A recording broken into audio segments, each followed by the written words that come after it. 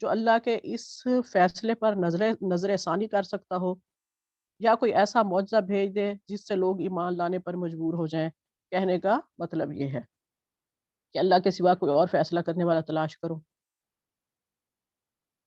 آیت 114، اور جن لوگوں کو ہم نے تم سے پہلے کتاب دی تھی وہ جانتے ہیں کہ یہ کتاب تمہارے رب کی طرف سے حق کے ساتھ نازل ہوئی ہے، لہٰذا تم شک کرنے والوں میں شامل نہ ہو۔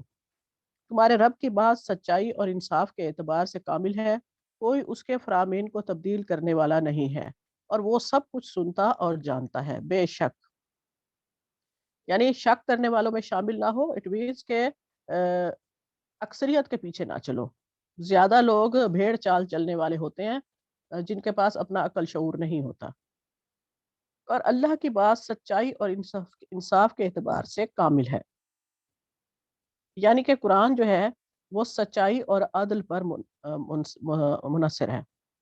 جب قرآن پڑھیں تو اس بات کو اپنی زندگیوں پر، اپنے گھروں میں عدل قائم کرنے کے لیے نافذ کریں۔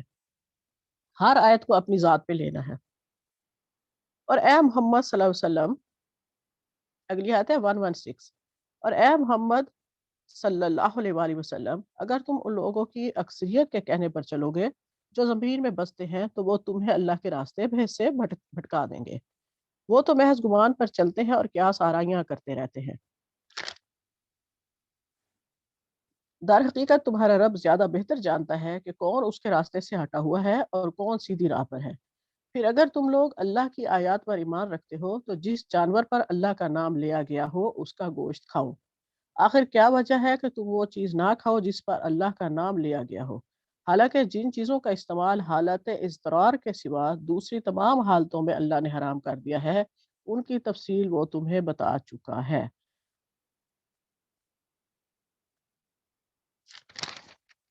یہ ہے اکثریت کے کہنے پر نہ چلو، جو زمین میں بستے ہیں وہ اللہ کے راستے سے بھٹکا دیں گے،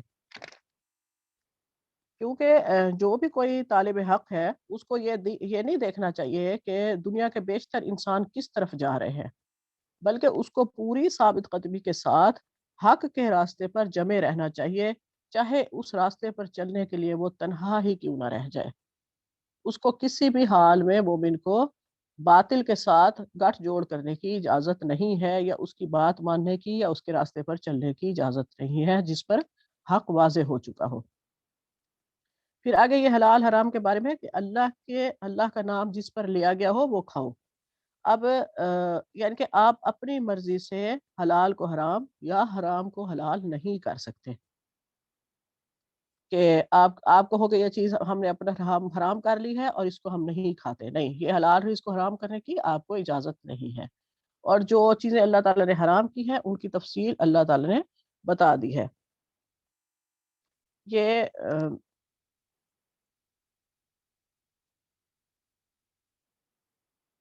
اچھا، وہ ہم سورہ مائدہ میں بھی پڑھ چکے ہیں، اور باقی صورتوں میں بھی تھوڑی سی تفصیل آئے گی کہ کیا چیزیں حرام ہیں۔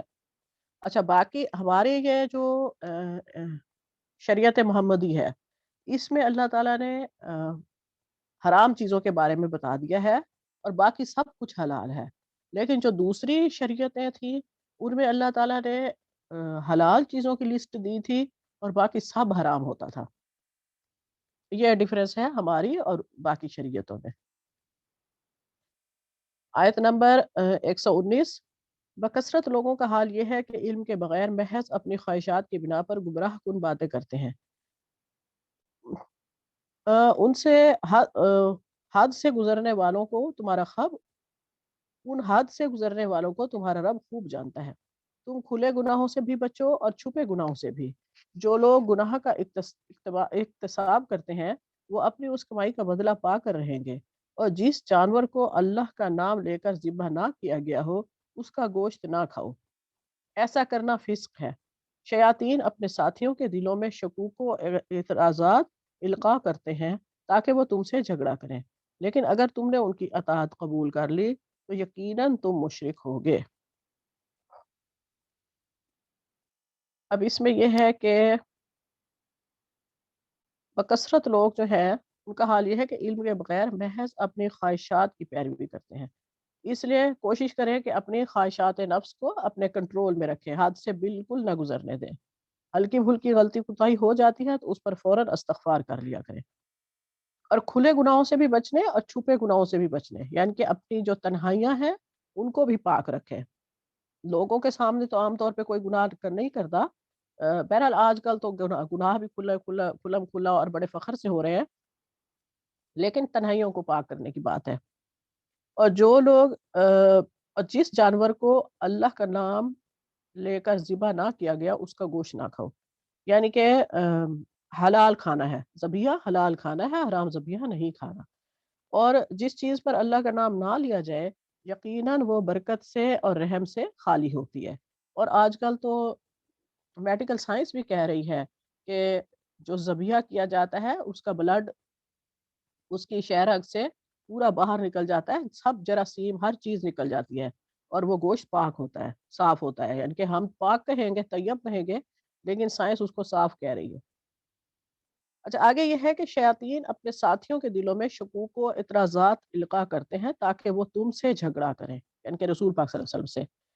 حضرت عبداللہ ابن عباس کی روایت ہے کہ یہودی عالم جو تھے وہ رسول پاک صلی اللہ علیہ وسلم پر اعتراض اٹھاتے تھے اور ڈیفرنٹ سوال بناتے تھے، اور وہ پھر اہل مکہ کو کہتے تھے، یعنی کہ قریش کو کہتے تھے کہ آپ صلی اللہ علیہ وسلم سے یہ پوچھو۔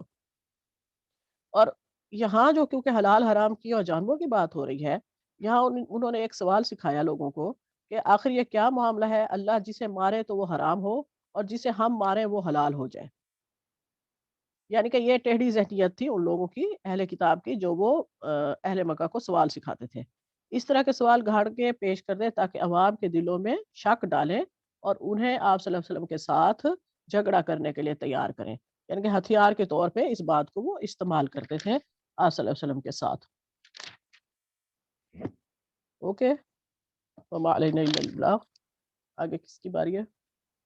رکوع نمبر 2۔ أَوَمَنْ كَانَ مَيْتًا فَأَحْيَيْنَاهُ وَجَعَلْنَا لَهُ نُورًا يَمْشِي بِهِ فِي النَّاسِ كَمَنْ مثله في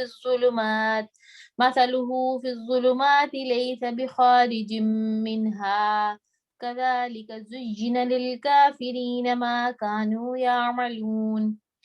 کیا وہ شخص جو پہلے مردہ تھا پھر ہم نے اسے زندگی بخشی، اس کو وہ روشنی عطا کی جس کے اجالے میں وہ لوگوں کے درمیان زندگی کی راہ طے کرتا ہے، اس شخص کی طرح ہو سکتا ہے جو تاریکیوں میں پڑا ہوا ہو اور کسی طرح اس سے نہ نکلتا ہو۔ کافروں کے لیے تو اسی طرح ان کے اعمال خوشنما بنا دیے گئے ہیں۔ اس آیت میں موت سے مراد جہالت اور بے شعوری کی حالت ہے، اور زندگی سے مراد علم اور ادراک اور حقیقت شناسائی کی حالت ہے۔ یعنی کہ جو انسان ایک دفعہ اس کے پاس جب ہدایت آ جاتی ہے تو وہ شخص اور وہ شخص جو بالکل ہی گمراہ ہے تو وہ دونوں برابر نہیں ہو سکتے۔ اور اسی طرح کہ جب انسان ٹیڑھے رستوں پر چلنے رہنے کو ترجیح دیتا ہے تو اللہ تعالیٰ کا یہ قانون ہے کہ پھر انہیں وہی چیزیں اچھی لگتی ہیں، انہیں وہی اندھیرا، وہی برے کام، انہی میں ہی ان کو لذت محسوس ہوتی ہے۔ آیت نمبر 123۔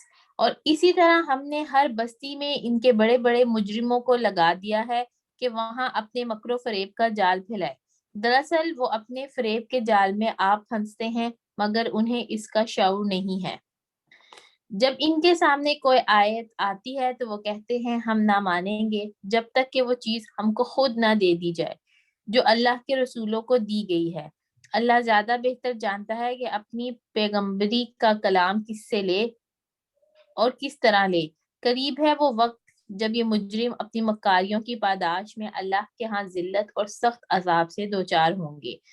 یعنی کہ یہ بھی ان کی طرف سے ایک حجت تھی کہ اللہ جو چیزیں اللہ تعالیٰ نبیوں پہ نازل کرے ہیں وہ اللہ تعالیٰ ڈائریکٹ ہمیں ہی دیں تو پھر ہی ہم ایمان لائیں گے، یعنی کہ ایک بہانہ تھا ان کے پاس ایمان نہ لانے کا۔ پھر آگے آیت نمبر 125۔ بس یہ حقیقت ہے کہ جسے اللہ ہدایت اور بخشنے کا ارادہ کرتا ہے اس کا سینہ اسلام کے لیے کھول دیتا ہے، اور جسے گمراہی میں ڈالنے کا ارادہ کرتا ہے اس کے سینے کو تنگ کر دیتا ہے، اور ایسا بھینچتا ہے کہ اسلام کا تصور کرتے ہی اسے یوں معلوم ہونے لگتا ہے کہ گویا اس کی روح آسمان کی طرف پرواز کر رہی ہے۔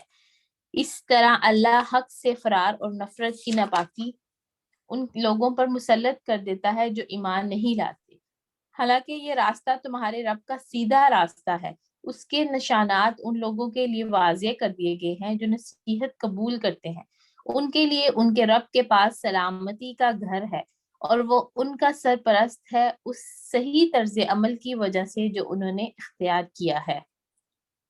پیچھے بھی ہم کئی دفعہ یہ بات پڑھ رہے ہیں کہ جب انسان کوشچن پوچھتے تھے وہ لوگ بھی یا اب بھی ہم بھی، تو اگر ہمارا مقصد یہ ہوتا ہے کہ ہم نے ہدایت لینی ہے، یہ نہیں کہ ہم ویسے حجت کر رہے ہیں، تو اللہ تعالیٰ دلوں کو بھی شک و شبہات سے پاک کر دیتا ہے جب انسان کی نیت یہ ہوتی ہے کہ اس نے اس لیے ادھر بھی اللہ تعالیٰ یہی کہہ رہے ہیں کہ جب نہیں نیت ہوتی، گمراہی کی ہی نیت ہوتی ہے، تو پھر اللہ تعالیٰ ان کو گمراہی رہنے دیتے ہیں، لیکن جب انسان کی نیت ہدایت کی ہوتی ہے اور سیدھے راستے پہ چلنے کی ہوتی ہے تو اللہ تعالیٰ پھر دلوں کو شک و شبہات سے پاک کر دیتے ہیں۔ آگے آیت نمبر 128 ہے، جس روز اللہ ان سب لوگوں کو گھیر کر جمع کرے گا، اس روز وہ جنوں سے خطاب کر کے فرمائے گا کہ اے گروہ جن، تم نے نو انسانی پر خود خوب ہاتھ صاف کیا، انسانوں میں سے جو ان کے رفیق تھے وہ عرض کریں گے پروردگار ہم میں سے ہر ایک نے دوسرے کو خوب استعمال کیا ہے، اب ہم اس وقت پر آ پہنچے ہیں کہ جو تو نے ہمارے لیے مقرر کر دیا تھا۔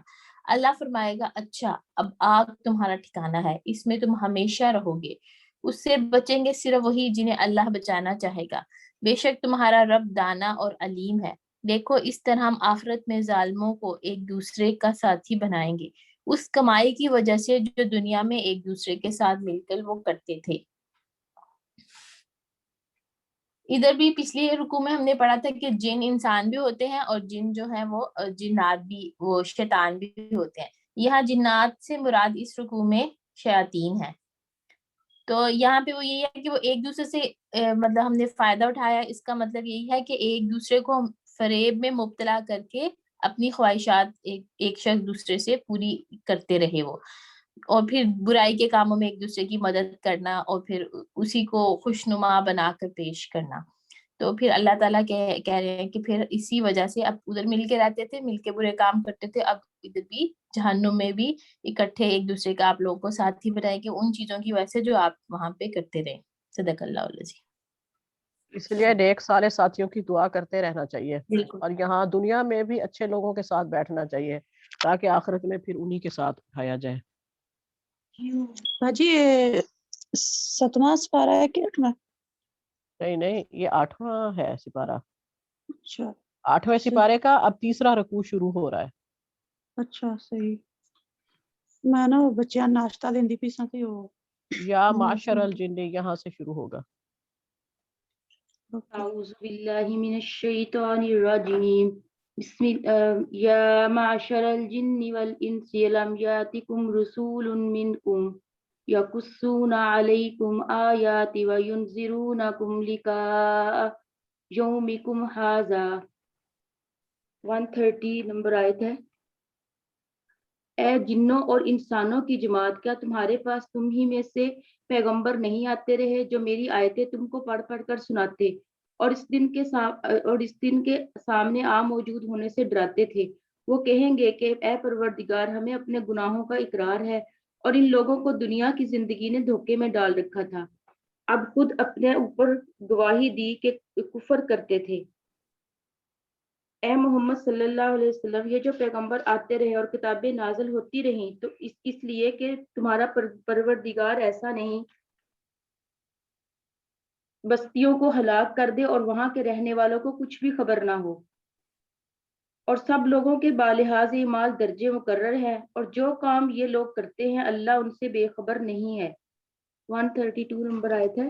اس میں بتایا ہے کہ جو جن جنت میں جائیں گے ان کے بھی درجات ہوں گے، اور جو انسان اچھے کام کریں گے ان کے بھی جنت میں درجے ہوں گے۔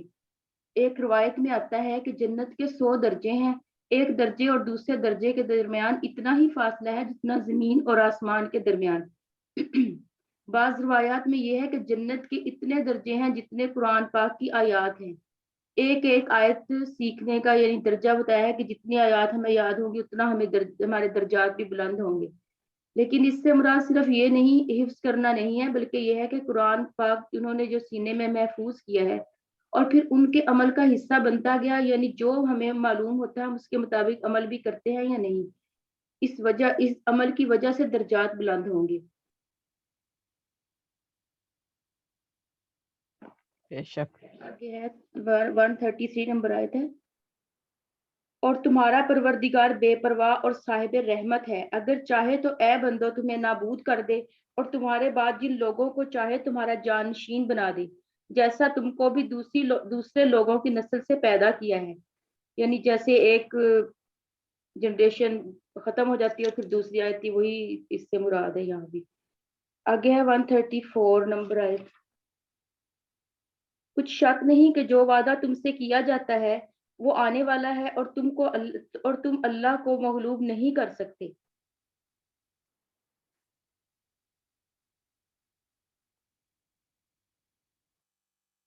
ایک آواز نہیں آ رہی۔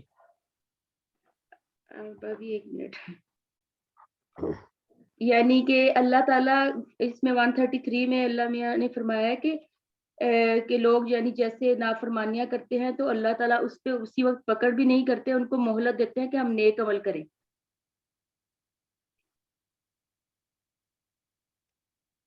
یہ 135 نمبر آیت ہے، کہہ دو اے لوگو تم اپنی جگہ عمل کیے جاؤ، میں اپنی جگہ عمل کیے جاتا ہوں، ان قریب تم کو معلوم ہو جائے گا کہ آخرت میں بہشت کس کا گھر ہوگا، کچھ شک نہیں کہ مشرک نجات نہیں پائیں گے، اور یہ لوگ اللہ ہی کی پیدا کی ہوئی چیزوں یعنی کھیتی اور چوپاؤں میں اللہ کا بھی ایک حصہ مقرر کرتے ہیں، اور اپنے خیال باطل سے کہتے ہیں کہ یہ حصہ تو اللہ کا اور یہ ہمارے شریکوں یعنی بتوں کا، تو جو حصہ ان کے شریکوں کا ہوتا تو وہ اللہ کی طرف نہیں جا سکتا، اور جو حصہ اللہ کا ہوتا وہ ان کے شریکوں کی طرف جا سکتا ہے، یہ کیسا برا انصاف ہے۔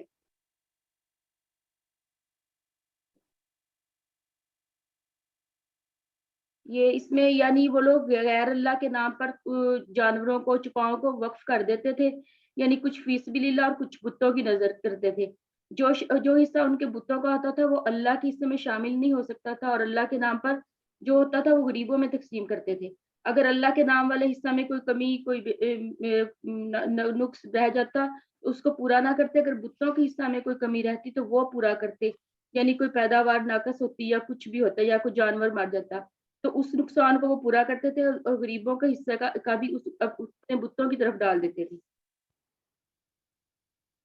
آگے 137، اور اسی طرح بہت سے مشرکوں کو ان کے شریکوں نے ان کے بچوں کو جان سے مار ڈالنا اچھا کر دکھایا ہے تاکہ انہیں ہلاکت میں ڈال دیں اور ان کے دین کو ان پر غلط ملت کر دیں، اور اگر اللہ چاہتا تو وہ ایسا نہ کرتے، تو ان کو چھوڑ دو کہ وہ جانے اور ان کا جھوٹ جانے۔ اسی طرح یہ لوگ غلط فہمی کا شکار تھے اور خود بخود اپنے عقائد اختیار کر لیے تھے کہ بچوں کو مارتے تھے، یہ ظاہر اللہ تعالیٰ نے تو بچوں کو مارنے کا ایسے نہیں کہا گیا، وہ اپنے غلط عقائد اختیار کرتے تھے، خود اپنے آپ کو درست سمجھتے تھے کہ ہم صحیح کر رہے ہیں، اور اپنے خیال سے یہ بھی کہتے ہیں کہ یہ چار پائے اور کھیتی منع ہے اور اسے اس شخص کے سوا جسے ہم چاہیں کوئی نہ کھائے، اور بعض مویشی ایسے ہیں کہ ان کی پیٹھ پر چڑھنا حرام کر دیا گیا ہے، اور بعض مویشی ایسے ہیں جن پر ذبح کرتے ہوئے اللہ کا نام نہیں لیتے، سب اللہ پر جھوٹ ہے اور ان قریب ان کو ان کے جھوٹ کا بدلہ دے گا۔ یہ اللہ تعالیٰ کی حلال کردہ چیزوں کو اپنے اوپر حرام کر دیتے اور جو اللہ نے حرام کی تھی ان کو اپنے اوپر حلال کر لیتے تھے، اپنی مرضی سے حلال کر لیتے تھے۔ آگے ہے 139 نمبر آیت ہے، اور یہ بھی کہتے ہیں کہ جو بچہ ان چار پایوں کے پیٹ میں ہے وہ خاص ہمارے مردوں کے لیے ہے اور ہماری عورتوں کو اس کا کھانا حرام ہے، اور اگر وہ بچہ مرا ہوا ہو تو سب اس میں شریک ہے، یعنی مرد اور عورتیں سب کھا سکتے ہیں، ان قریب اللہ ان کو ان کے ڈھکوسلوں کی سزا دے گا، بے شک وہ حکمت والا خبردار ہے۔ 140 نمبر آیت ہے، جن لوگوں نے اپنی اولاد کو بے وقوفی سے بے سمجھی سے قتل کیا اور اللہ پر افترا کر کے اس کی عطا فرمائی ہوئی روزی کو حرام ٹھہرایا اور وہ گھاٹے میں پڑ گئے، اور بے شبہ گمراہ ہیں اور ہدایت یافتہ نہیں ہیں۔ اس میں یعنی جو اس میں یہ بتایا کہ جب انسان بڑے بڑے گناہ کرتا ہے تو اس کا دل سخت ہو جاتا ہے، تو وہ یہی سمجھتے تھے کہ ہمارا بچہ ہے، ہم اس کے ساتھ جو مرضی کریں، تو لیکن ہماری اولاد بھی اللہ میاں نے کہا ہے کہ یہ آپ کے پاس امانت ہے اور آپ اپنی مرضی سے جو چیز اپنے اوپر حلال حرام نہیں کر سکتے، اور جو چیز قرآن و سنت میں نہیں ہے یا صحابہ کرام نے اپنی زندگی میں کبھی یہ کام نہیں کیا، ہم خود بخود اس کو اپنے اوپر حلال حرام نہیں کر سکتے، کیونکہ وہ اپنی دین کا حصہ کیسے بنا سکتے جس چیز کو اللہ نے حرام یا حلال نہیں کہا۔ تو اس لیے جو لوگ زیادہ یہ کام کرتے ہیں گناہ کے، پھر ان کا دل سخت ہو جاتا ہے اور وہ ثواب سمجھ کے ثواب کی نیت سے ہر کام کرنے لگ پڑتے ہیں، حالانکہ اللہ نے ان کو ایسا کرنے کو نہیں کہا۔ تو جب بھی ہم کوئی کام کریں تو ثواب کی نیت سمجھ کے یا عبادت سمجھ کے، تو ہمیں پہلے اپنے آپ کو چیک کرنا چاہیے، اور اللہ کی آیات اور حدیث سے ہمیں یہ دیکھنا چاہیے کہ اس کو عبادت کہا بھی گیا ہے یا ہم خود سے اس کو عبادت سمجھ رہے ہیں۔ ختم ہو گیا بھابی؟ جی، یہ اپنے بچوں کو مارتے تھے اپنی ملکیت سمجھ کے، اب یہی بات دیکھیں، یہ نہیں میرا جسم میری مرضی کا نعرہ لگایا ہوا ہے، یہ جسم اللہ کا دیا ہوا ہے اور اس کی امانت ہے، ہم اپنے جسم پہ کوئی تبدیلی بھی نہیں کر سکتے، ہٹ کرنا تو بہت دور کی بات ہے، تو پھر بچوں پہ کیسے کر سکتے تھے؟ آگے رابعہ۔ ہاں جی، اعوذ باللہ من الشیطان الرجیم وَهُوَ الَّذِي أَنشَأَ جَنَّاتٍ مَعْرُوشَاتٍ، اللہ وہ ہے جس نے باغات پیدا کیے جن میں سے کچھ بیلدار ہیں جو سہاروں سے اوپر چڑھائے جاتے ہیں اور کچھ سہاروں کے بغیر بلند ہوتے ہیں، اور نخلستان اور کھیتیاں جن کے ذائقے الگ الگ ہیں، اور زیتون اور انار جو ایک دوسرے سے ملتے جلتے بھی ہیں اور ایک دوسرے سے مختلف بھی۔ جب یہ درخت پھل دیں تو ان کے پھلوں کو کھانے میں استعمال کرو، جب ان کی کٹائی کا دن آئے تو اللہ کا حق ادا کرو اور فضول خرچی نہ کرو، یاد رکھو وہ فضول خرچ لوگوں کو پسند نہیں کرتا۔ یہاں پہ درختوں کا، پھلوں کا، سبزیوں کا، کھیتیوں کا، ان کا ذکر ہے کہ کچھ بیلدار ہیں، کچھ سہاروں سے اوپر چڑھتے ہیں، کچھ سہاروں کے بغیر، اور ایک دوسرے سے ملتے جلتے ہیں لیکن ان کے ذائقے ایک دوسرے سے بہت مختلف ہیں۔ اور کٹائی کا دن آئے کا مراد یہ ہے کہ اس سے مراد عشر ہے جو زرعی پیداوار پر واجب ہوتا ہے۔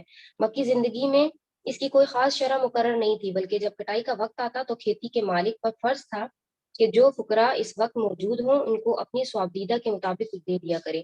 مدینہ منورہ پہنچنے کے بعد اس کے مفصل احکام آئے اور حضرت صلی اللہ علیہ وسلم نے اس کی یہ تفصیل میں بیان فرمائی ہے کہ برانی زمینوں پر پیداوار کا 10واں حصہ اور نہری زمینوں پر 20واں حصہ غریبوں کا حق ہے۔ آیت نے یہ بتایا کہ یہ حق کٹائی ہی کے وقت ادا کر دینا چاہیے۔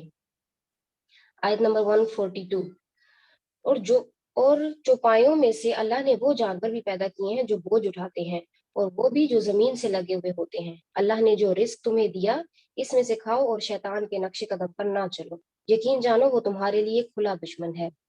یہاں پر زمین کے ساتھ لگے ہوئے جانوروں سے مراد یہ ہے وہ والے جانور ہیں جن کا قد چھوٹا ہوتا ہے، جیسے بھیڑ بکری، اور دوسرا مطلب یہ بھی ہے کہ ان کے کھال زمین میں بچھانے کے کام آتی ہے، اس لیے کہا گیا ہے کہ زمین سے لگے ہوئے جانور۔ آیت نمبر 145، مویشیوں کے کل 8 جوڑے اللہ نے پیدا کیے، 2 صنفیں نر اور مادہ، بھیڑوں کی نسل سے اور 2 بکریوں کی نسل سے۔ ذرا ان سے پوچھو کہ کیا دونوں نروں کو اللہ نے حرام کیا یا دونوں مادہ کو، یا ہر اس بچے کو جو دونوں نسلوں کے مادہ کے پیٹ میں موجود ہو؟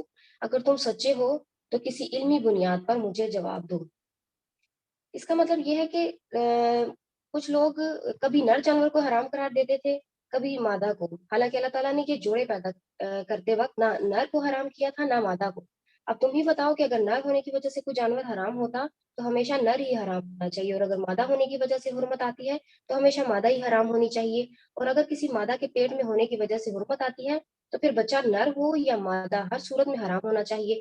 لہٰذا تم نے اپنی طرف سے جو احکام گھڑ رکھے ہیں نہ ان کی کوئی عملی یا عقلی بنیاد ہے اور نہ اللہ کا کوئی ایسا حکم ہے۔ آیت نمبر 144، اور اسی طرح اونٹوں کی بھی 2 صنفیں نر اور مادہ اللہ نے پیدا کی ہیں، اور گائے کی بھی 2 صنفیں۔ ان سے کہو کہ کیا دونوں نروں کو اللہ نے حرام کیا ہے یا دونوں مادہ کو، یا ہر اس بچے کو جو دونوں نسلوں کے مادہ کے پیٹ میں موجود ہے؟ کیا تم اس وقت جو خود حاضر تھے جب اللہ نے تمہیں اس کا حکم دیا تھا؟ اگر نہیں اور یقیناً نہیں تو پھر اس شخص سے بڑھ کر ظالم کون ہوگا جو اللہ پر اس لیے جھوٹ باندھتے ہیں کہ جھوٹ باندھے تاکہ کسی علمی بنیاد کے بغیر لوگوں کو گمراہ کر سکے۔ حقیقت یہ ہے کہ اللہ ظالم لوگوں کو ہدایت تک نہیں پہنچاتا۔ بے شک۔ رابعہ آپ کی ساؤنڈ ٹھیک نہیں تھی نیکسٹ رکوع کے ٹائم، خیال سے۔ اوکے۔ اعوذ باللہ من الشیطان الرجیم، رکو نمبر 5۔ قل لا اجد فیما اوحی الی محرما علی طعام یطعمه الا ان یکون میتۃ او دما مسفوحا او لحم خنزیر فانه رجس او فسقا اہل لغیر اللہ فمن اضطر غیر باغ ولا عاد فان ربک غفور رحیم۔ اے محمد صلی اللہ علیہ وآلہ وسلم، ان سے کہو کہ جو وہی میرے پاس آئی ہے اس میں تو میں کوئی چیز ایسی نہیں پاتا جو کسی کھانے والے پر حرام ہو، الا یہ کہ وہ مردار ہو یا بہایا ہوا خون ہو یا سور کا گوشت ہو کہ وہ ناپاک ہے، یا فسق ہو کہ اللہ کے سوا کسی اور کے نام پر ذبح کیا گیا ہو۔ پھر جو شخص مجبوری کی حالت میں کوئی چیز ان میں سے کھا لے بغیر اس کے کہ وہ نافرمانی کا ارادہ رکھتا ہو اور بغیر اس کے کہ وہ حد ضرور سے تجاوز کرے، تو یقیناً تمہارا رب درگزر سے کام لینے والا اور رحم فرمانے والا ہے۔ یہاں یہ اس آیت میں پہلے بھی یہ ذکر آ چکا ہے، سورہ بقرہ میں بھی، سورہ مائدہ میں بھی، اور آگے بھی اس کا ذکر چلے گا سورہ نحل میں بھی اور ایک دو صورتوں میں اور بھی، کہ یہ مردار جانور کس کو کہتے ہیں اور زخمی کیا ہوا کس کو کہتے ہیں اور حلال کس کو کہتے ہیں۔ تو یہاں اللہ تعالیٰ نے جیسے ابھی نائلہ بھابی نے بھی کہا کہ یہ اللہ تعالیٰ نے ہمیں بتا دیا ہے کہ ہمارے لیے کیا حلال ہے اور کیا حرام ہے۔ تو ان میں 4 چیزوں کا بتایا ہوا ہے کہ جو جانور گلا گھٹ کے مر جائے یا چوٹ کھا کے بلندی سے گر جائے یا نیچے گر کے مر جائے یا کسی درندے نے پھاڑا ہو تو وہ حلال نہیں ہے، اور ویسے بھی جو اللہ کی طرف سے مر جاتے ہیں جانور ان کا شمار مردار جانوروں میں ہوتا ہے، تو اس کے اللہ کے نام پر ذبح کیے گئے مردار نہیں ہوتے۔ جو ہم اللہ کے غیر اللہ کے نام پہ ذبح کریں گے وہ حرام ہیں، وہ بھی حرام کے زمرے میں آئیں گے، اور جو جانور ہم اللہ کے نام لے کے ذبح کریں گے وہ حلال جانوروں کے زمرے میں آتے ہیں جو کہ حلال ہیں، حرام نہیں ہے۔ اور کچھ جانوروں میں کراہیت پائی جاتی ہے، اس وجہ سے منع کر دیتے ہیں کھانے کے لیے۔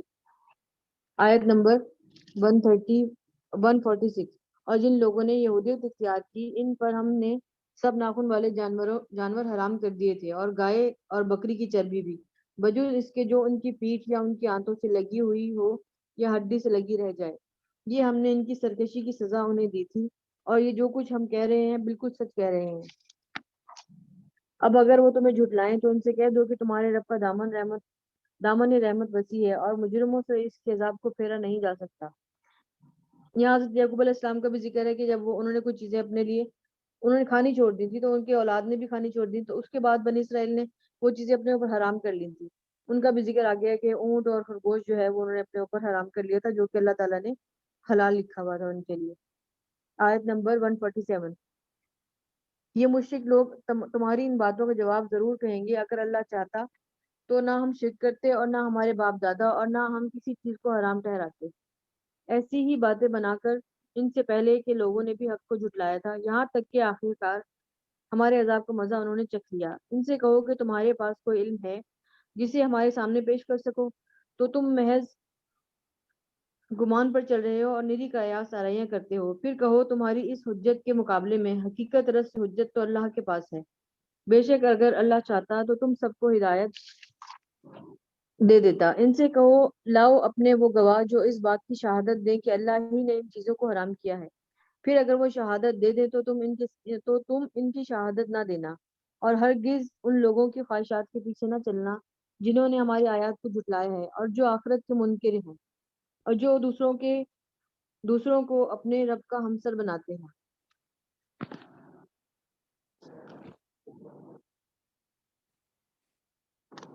جی یہاں ختم ہو گیا۔ اس میں بھی اللہ تعالیٰ نے اپنی شریعت ہی بتائی ہے کہ شریعت کبھی بھی یہ نہیں کہتی کہ حرام کی طرف جاؤ، جو چیز حرام ہے وہ حرام ہے، جو حلال ہے وہ حلال ہے۔ اور اللہ تعالیٰ نے جہاں یہ کہہ رہے ہیں کہ اللہ تعالیٰ ہمیں ہدایت دیتا تو ہم بھی شاید ہدایت پا جاتے، لیکن ایسا نہیں ہے، کیونکہ اللہ تعالیٰ نے انسان کو بنایا ہے، وہ اپنی مرضی کرتا ہے تو اپنی مرضی سے کرتا ہے۔ اللہ کی مرضی اس میں یہاں پہ لکھا ہوا ہے اس میں تشریح میں کہ ہم اللہ کی مشیت کے مطابق سب کچھ کر رہے ہیں، اس لیے درست کر رہے ہیں۔ اس کا الزام اگر ہے تو ہم پر نہیں ہے، اللہ پر ہے، اور جو کچھ ہم کر رہے ہیں ایسا ہی کرنے پر ہمیں مجبور ہے کہ اس کے سوا کچھ اور کرنا ہماری قدرت سے باہر ہے۔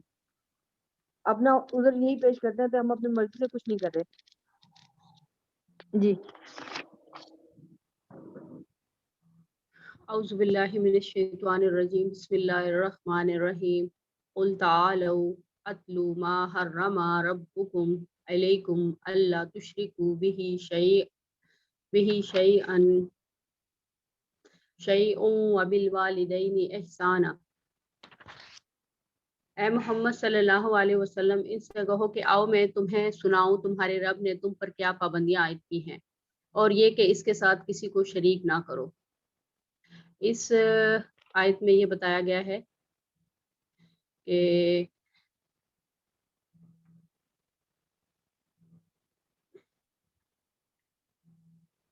اللہ تعالیٰ اس آیت میں جو ہے وہ اللہ تعالیٰ نے جو ہے وہ ہم کچھ ایسے لوگ ہیں جو اپنے آپ کو جو ہے وہ جو اللہ تعالیٰ کی طرف سے لگائی گئی پابندیاں ہیں ان کو قبول کرنے کے بجائے جو دنیاوی ان کے اوپر جو ہے وہ پریشر ہوتا ہے یا کسی کے تابع ہو جاتے ہیں تو ان کی پابندیاں جو ہیں وہ ان پر عمل کرنا شروع کر دیتے ہیں۔ تو اس میں نبی کریم صلی اللہ علیہ وسلم سے فرمایا گیا ہے کہ تم ان کو بتاؤ کہ اصل پابندیاں ہیں کیا، اور یہ کہ اللہ کے ساتھ کسی کو شریک نہیں ٹھہرانا چاہیے، نہ اس کی صفات میں، نہ اس کے اختیارات میں، اور نہ ہی اس کے حقوق میں۔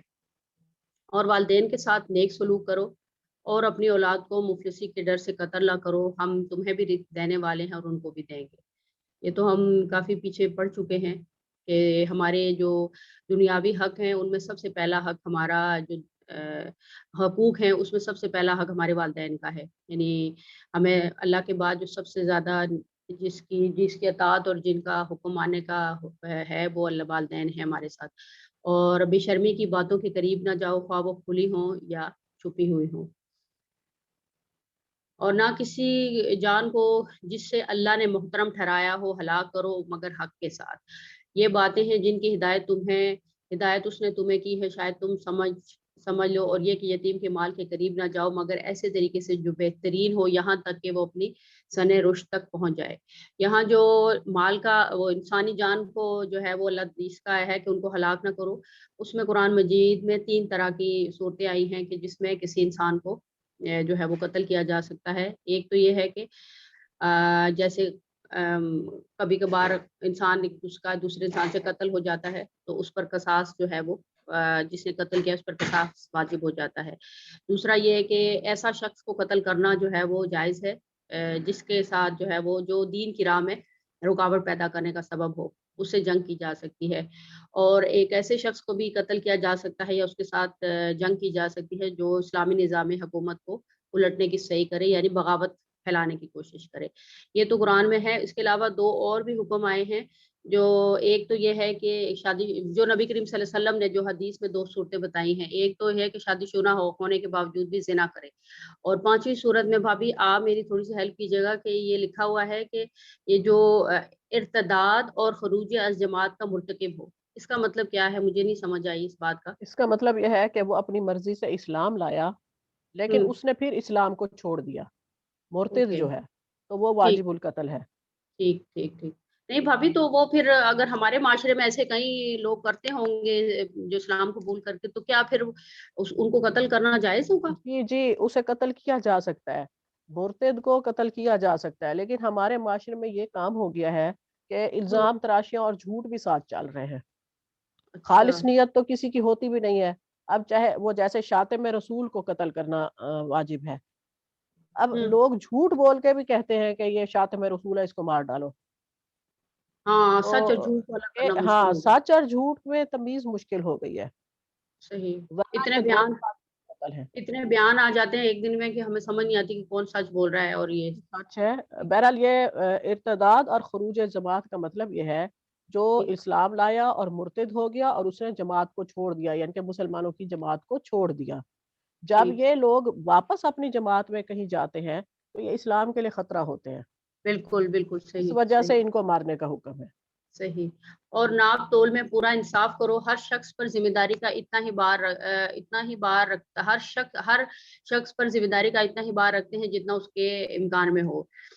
اور جب کہو اللہ انصاف کی کہو، خواہ معاملہ اپنے رشتہ دار ہی کیوں نہ ہو. یعنی اگر ہمیں کسی معاملے میں جو ہے وہ عدل یا کسی معاملے میں جو ہے وہ انصاف کے لیے بٹھایا جائے تو یہ نہ ہو کہ ہم اپنے رشتہ دار کی طرفداری کریں. یعنی پورا عدل کا ساتھ دینا چاہیے اور اللہ کے عہد کو پورا کرو. یہ اللہ کا عہد تو وہی ہے، اس میں جو ہے وہ عہد ہے جو انسان اپنے خدا سے کرے، اور وہ بھی ہے جو خدا کا نام لے کر اپنے بندوں سے کرے. یعنی ہم کسی سے جو وعدہ کرتے ہیں وہ والا عہد بھی ہے، اور ایک وہ جو انسان اپنے اللہ سے کرتا ہے کہ میں یہ کام چھوڑ دوں گا، دوبارہ اس کی طرف نہیں جاؤں گا، اس عہد سے مراد ہے. اور وہ بھی ہے جو انسان اور خدا اور انسان کے درمیان اسی وقت سے پیدا ہو جاتا ہے جب وہ اس معاشرے میں یا اس سوسائٹی میں پیدا ہوتا ہے. تو دونوں صورتوں میں یہ جو عہد ہیں یہ ارادی ہے پہلے دونوں، اور تیسرا عہد ایک فطری عہد ہے جس میں اگر انسان اس میں ارادے کا کوئی فعل نہیں ہے یا کوئی عمل دخل نہیں ہے، لیکن دونوں کا احترام جو ہے وہ کسی طور سے کم نہیں ہے. ٹھیک. اس کے بعد اگلی آیت ہے ان باتوں کی ہدایت اللہ نے تمہیں کی ہے شاید کہ تم نصیحت قبول کرو. نیز اس کی ہدایت یہ ہے کہ یہی میرا راستہ ہے، لہٰذا تم اس پر چلو اور دوسرے راستوں پر نہ چلو کہ وہ اس کے راستے سے ہٹا کر تمہیں پراگندہ کر دیں گے. یہ ہے کہ وہ ہدایت جو تمہارے رب نے تمہیں کی ہے شاید کہ تم ربی سے بچ جاؤ.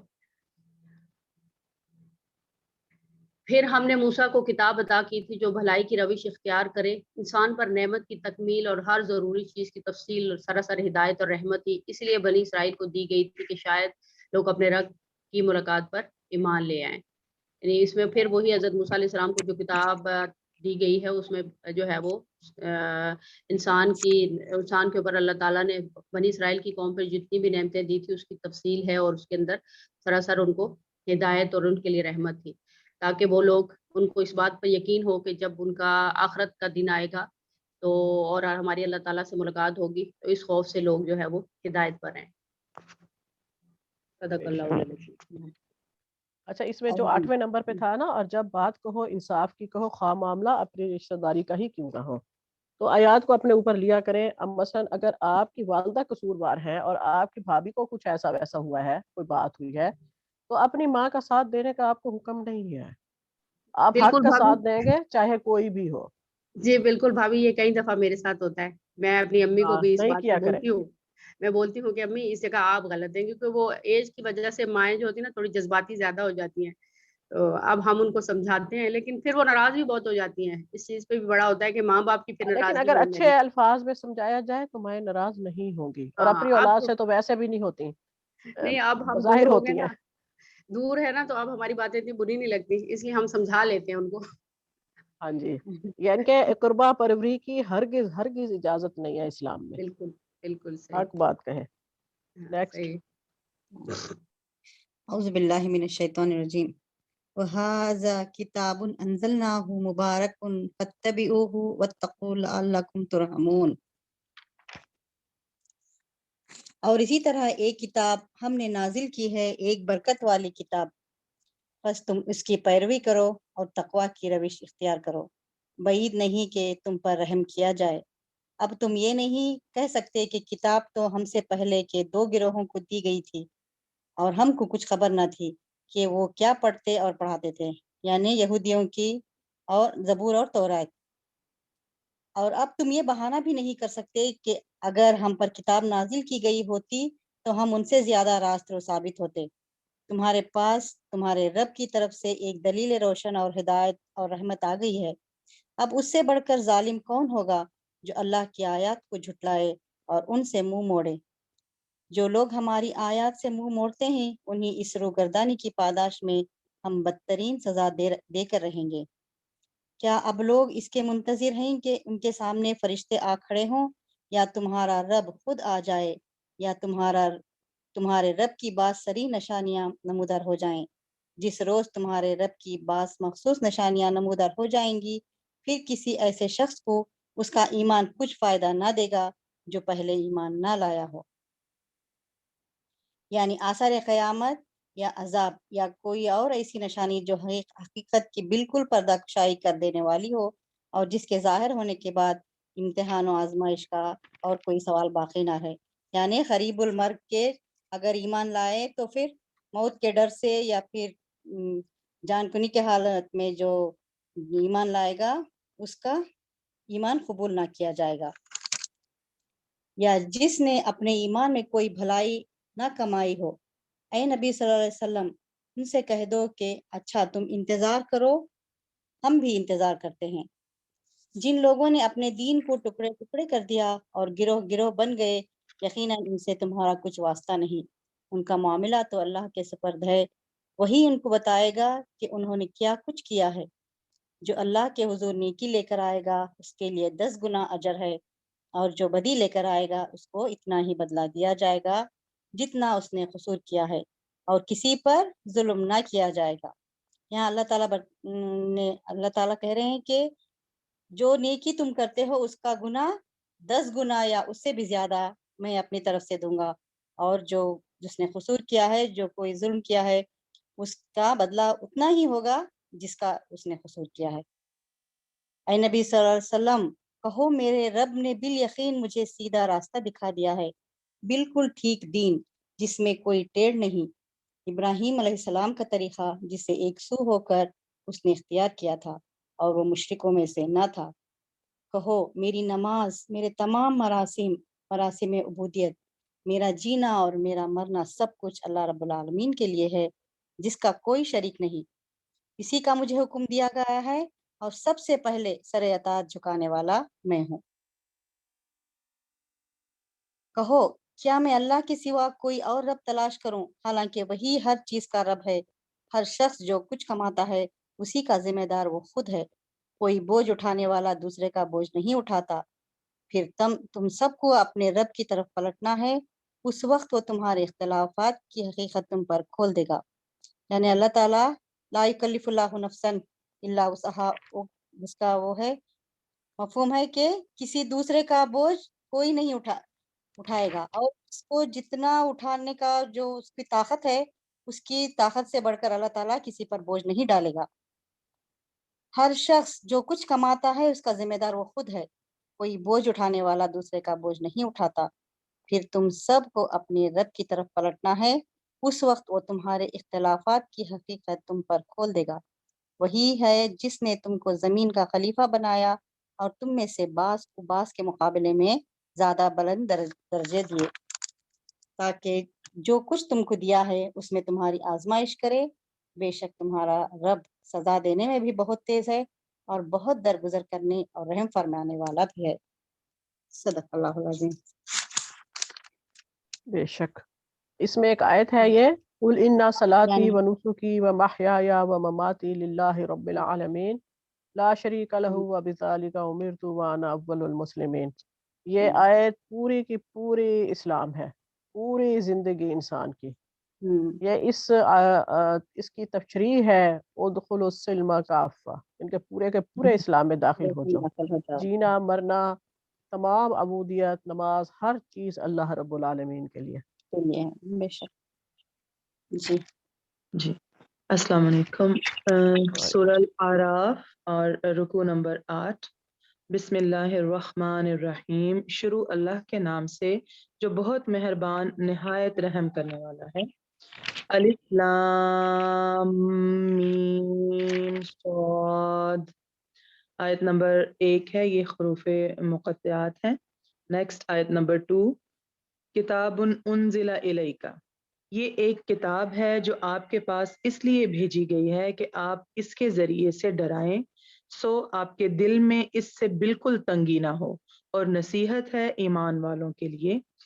اس کتاب سے آپ کے دل میں بالکل تنگی نہ ہو سے مطلب یہ ہے کہ اس کو آگے پہنچانا اور دوسروں کو اس سے ڈرانا اور اس کے ذریعے سے دوسروں کی ہدایت کا سبب پیدا کرنا، اس بات سے آپ بالکل یعنی تنگ نہ آئیں۔ نیکسٹ آیت نمبر 3 ہے، اتبعوا ما انزل، تم لوگ اس کتاب کا اتباع کرو جو تمہارے رب کی طرف سے آئی ہے، اور اللہ کو چھوڑ کر دوسرے رفیقوں کا اتباع مت کرو، تم لوگ بہت ہی کم نصیحت مانتے ہو۔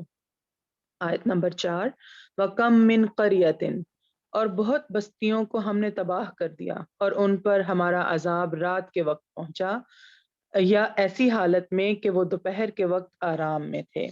یعنی جب وہ لوگ آرام کر رہے ہوتے تھے اس ٹائم پہ ان پر عذاب آتا تھا، لیکن اس کا مطلب یہ نہیں کہ ان کو اللہ تعالیٰ اس حالت میں عذاب ان پہ بھیجتا تھا کہ ان کو پتہ ہی نہیں ہوتا تھا کہ مطلب ان کو پہلے آگاہ کیا جاتا تھا، پہلے ان کو ڈرایا جاتا تھا، اور پھر جب وہ نہیں مانتے تھے اور حکم عدولی کرتے تھے، پھر اس کے بعد جب وہ اپنے آرام اور سکون کے وقت میں جب ہوتے تھے تو اس وقت ان کے اوپر عذاب اللہ تعالیٰ بھیجتے تھے، یعنی حالت استراحت میں ہوتے تھے جب۔ نیکسٹ آیت نمبر 5، فما کان دعواہم، جس وقت ان پر ہمارا عذاب آیا اس وقت ان کے منہ سے سوائے اس کے اور کوئی بات نہ نکلی کہ واقعی ہم ظالم تھے۔ جب عذاب آ گیا اس وقت انہوں نے یہ مانا کہ ہم نے ظلم کیا، ہم نے اپنے اوپر خود ظلم کیا، لیکن اس وقت ان کے یہ ماننے کا ان کو کوئی فائدہ نہیں تھا۔ نیکسٹ آیت نمبر 6، فَلَنَسْأَلَنَّ الَّذِينَ، پھر ہم ان لوگوں سے ضرور پوچھیں گے جن کے پاس پیغمبر بھیجے گئے تھے، اور ہم پیغمبروں سے بھی ضرور پوچھیں گے، یعنی جن کے پاس پیغمبر آئے ان سے بھی پوچھا جائے گا کہ کیا تمہارے پاس پیغمبر آئے تھے اور انہوں نے تمہیں یہ سب کچھ سمجھایا تھا، تمہیں ڈرایا تھا یا نہیں ڈرایا تھا۔ اور پھر اللہ تعالیٰ یہ کہہ رہا ہے کہ میں پیغمبروں سے بھی ضرور پوچھوں گا کہ انہوں نے میرا پیغام لوگوں تک اس طرح سے ہی پہنچایا جیسے میں نے ان کو کہا تھا کہ نہیں پہنچایا تھا۔ نیکسٹ آیت نمبر 7، فَلَنَقُصَّنَّ عَلَيْهِمْ، پھر یقیناً ہم اپنے علم سے ان کے حالات ان کے روبرو بیان کر دیں گے، اور ہم کچھ بے خبر نہ تھے۔ پہلے اللہ تعالیٰ ان سے پوچھے گا، پھر اس کے بعد اللہ تعالیٰ بتا رہے ہیں کہ مجھ سے تو کوئی چیز پوشیدہ نہیں، اور میں اپنے علم کے ذریعے سے جو کچھ وہ دنیا میں کر چکے ہیں وہ ان کے سامنے لے آؤں گا، وہ سب دیکھ لیں گے کہ کیا کیا انہوں نے کیا دنیا میں، اگر وہ چھپانا بھی چاہیں گے تو چھپا نہیں سکیں گے۔ نیکسٹ آیت نمبر 8، والوزن یومئذ، اور اس روز اعمال کا وزن بھی برحق ہے، کہ جس شخص کا پلہ بھاری ہوگا سو ایسے لوگ کامیاب ہو جائیں گے۔ نیکسٹ آیت نمبر 9، ومن خفت موازینہ، اور جس شخص کا پلہ ہلکا ہوگا سو یہ وہ لوگ ہوں گے جنہوں نے اپنا نقصان کر لیا بسبب اس کے کہ ہماری آیتوں کے ساتھ ظلم کرتے تھے۔ مطلب جن کا پلہ ہلکا ہوگا وہ ان کے اپنی وجہ سے ہی ہوگا کہ انہوں نے اپنی جان کے اوپر خود ظلم کیا، اس وجہ سے کہ انہوں نے اللہ تعالیٰ کی آیتوں کو جھٹلایا اور ان کو ماننے سے انکار کر دیا۔ نیکسٹ آیت نمبر 10، وَلَقَدْ مَكَّنَّاكُمْ، اور بے شک ہم نے تم کو زمین پر رہنے کی جگہ دی، اور ہم نے تمہارے لیے اس میں سامان رزق پیدا کیا، تم لوگ بہت ہی کم شکر کرتے ہو۔ نیکسٹ آیت نمبر 11 ہے، وَلَقَدْ خَلَقْنَاكُمْ، اور ہم نے تم کو پیدا کیا، پھر ہم ہی نے تمہاری صورت بنائی، پھر ہم نے فرشتوں سے کہا کہ آدم کو سجدہ کرو تو ابلیس کے سوا سب نے سجدہ کیا، وہ سجدہ کرنے والوں میں شامل نہ ہوا۔ اب اللہ تعالیٰ اس آیت میں یہ بتا رہے ہیں، یہاں سے اب حضرت آدم علیہ السلام کا جو ہے اور انسان کی پیدائش اور ابلیس کی نافرمانی کا جو قصہ ہے وہ سٹارٹ ہو رہا ہے، اور اللہ تعالیٰ نے یہ بتایا کہ ہم نے تم کو پیدا کیا، مطلب کہ جس طرح ہم نے چاہا ہم نے اس طرح تم کو بنایا، اور جیسا چاہا ویسا بنایا، اور فرشتوں سے کہا کہ سجدہ کرو تو سب نے سجدہ کیا، صرف ابلیس نے نہیں کیا۔ ابلیس جو ہے وہ فرشتوں میں سے نہیں تھا، وہ جنوں میں سے تھا، اور اس کی پیدائش آگ سے ہوئی ہوئی تھی، تو وہ یہ سمجھتا تھا، اس نے غرور میں آ کے تکبر میں آ کے سجدہ نہیں کیا کہ اللہ تعالیٰ نے مجھے تو بہتر بنایا ہے، میں تو بہتر ہوں، یعنی وہ خود ہی اپنے آپ کو بہتر سمجھتا تھا، حالانکہ اللہ تعالیٰ نے انسان کو اپنے ہاتھوں سے اپنی مرضی سے جیسا چاہا اللہ نے بنایا، اور پھر اللہ نے ہی حکم دیا کہ اس کو سجدہ کرو، تو ابلیس نے نافرمانی کی، پھر آگے اس کے بعد سارا یہی قصہ چلے گا۔ نیکسٹ آیت ہے آیت نمبر 12، قَالَ مَا مَنَعَكَ، حق تعالیٰ نے فرمایا تجھے کس بات نے سجدہ کرنے سے روکا جبکہ میں نے تجھ کو حکم دیا تھا؟ کہنے لگا میں اس سے بہتر ہوں، آپ نے مجھ کو آگ سے پیدا کیا ہے اور اس کو آپ نے خاک سے پیدا کیا ہے، یعنی اپنے آپ کو وہ برتر سمجھ رہا تھا اور انسان کو وہ کمتر سمجھ رہا تھا، اور یہ اس کی صرف اپنے آپ کے اندر ہی اپنی ہی ایک اختراع تھی کہ میں بہتر ہوں اور انسان جو ہے یہ مجھ سے کمتر ہے۔ نیکسٹ آیت نمبر 13، قَالَ فَاهْبِطْ، حق تعالیٰ نے فرمایا تو آسمان سے اتر، تجھ کو کوئی حق حاصل نہیں کہ تو آسمان میں رہ کر تکبر کرے، سو نکل، بے شک تو ذلیلوں میں سے ہے۔ اللہ تعالیٰ نے اس کی نافرمانی کی وجہ سے اس کو آسمان سے اتار دیا اور اس کو ہمیشہ کے لیے ذلیل اور رسوا کر دیا۔ نیکسٹ آیت نمبر 14، قال انذرنی، اس نے کہا، اب یہ اللہ تعالیٰ کا اور ابلیس کا مکالمہ چل رہا ہے، اس نے کہا کہ مجھ کو قیامت کے دن، یعنی ابلیس نے کہا کہ مجھ کو قیامت کے دن تک مہلت دیجئے، اس نے اللہ تعالیٰ سے قیامت تک کی مہلت مانگ لی۔ نیکسٹ، قال انکا، آیت نمبر 15، اللہ نے فرمایا تجھ کو مہلت دی گئی۔ اب اللہ تعالیٰ نے اس کی بات مان لی اور اس کو کہا کہ ٹھیک ہے میں تمہیں مہلت دیتا ہوں قیامت تک کی۔ نیکسٹ آگے آیت نمبر 16، قال فبما اغویتنی، اس نے کہا چونکہ آپ نے مجھ کو گمراہ کیا ہے، میں قسم کھاتا ہوں کہ میں ان کے لیے آپ کی سیدھی راہ پر بیٹھوں گا۔ اب وہ شیطان ہے، ابلیس ہے، وہ اپنی غلطی جو ہے وہ اب اللہ تعالیٰ پہ وہ ڈال رہا ہے کہ اگر آپ چاہتے تو میں نہ گمراہ ہوتا، آپ نے مجھے گمراہ کیا، اب میں بھی یہ قسم کھاتا ہوں کہ میں آپ جو انسان پیدا کریں گے ان کی سیدھی راہ پہ بیٹھا رہوں گا کہ ان کو سیدھی راہ سے ہٹا کے الٹے راستے پہ چلا دوں۔ نیکسٹ اب آ گیا آیت نمبر 17، ثم لآتینہم، پھر ان پر حملہ کروں گا، ان کے آگے سے بھی اور ان کے پیچھے سے بھی، اور ان کی دائیں جانب سے بھی اور ان کی بائیں جانب سے بھی، اور آپ ان میں سے اکثر کو شکر گزار نہیں پائیں گے۔ وہ اب شیطان یہ کہہ رہا ہے کہ میں ہر طرف سے حملہ کروں گا، آگے سے بھی، پیچھے سے بھی، دائیں بائیں ہر جانب سے حملہ کروں گا، مطلب کہ ہر طریقے سے کوشش کروں گا کہ وہ سیدھی راہ سے بھٹک جائیں۔ نیکسٹ آیت نمبر 18، قال اخرج، اللہ نے فرمایا کہ یہاں سے ذلیل و خوار ہو کر نکل جا، جو شخص ان میں سے تیرا کہنا مانے گا میں ضرور تم سب سے جہنم کو بھر دوں گا، یعنی شیطان اور جو لوگ بھی شیطان کے راستے پہ چلیں گے ان سب سے میں جہنم کو بھر دوں گا۔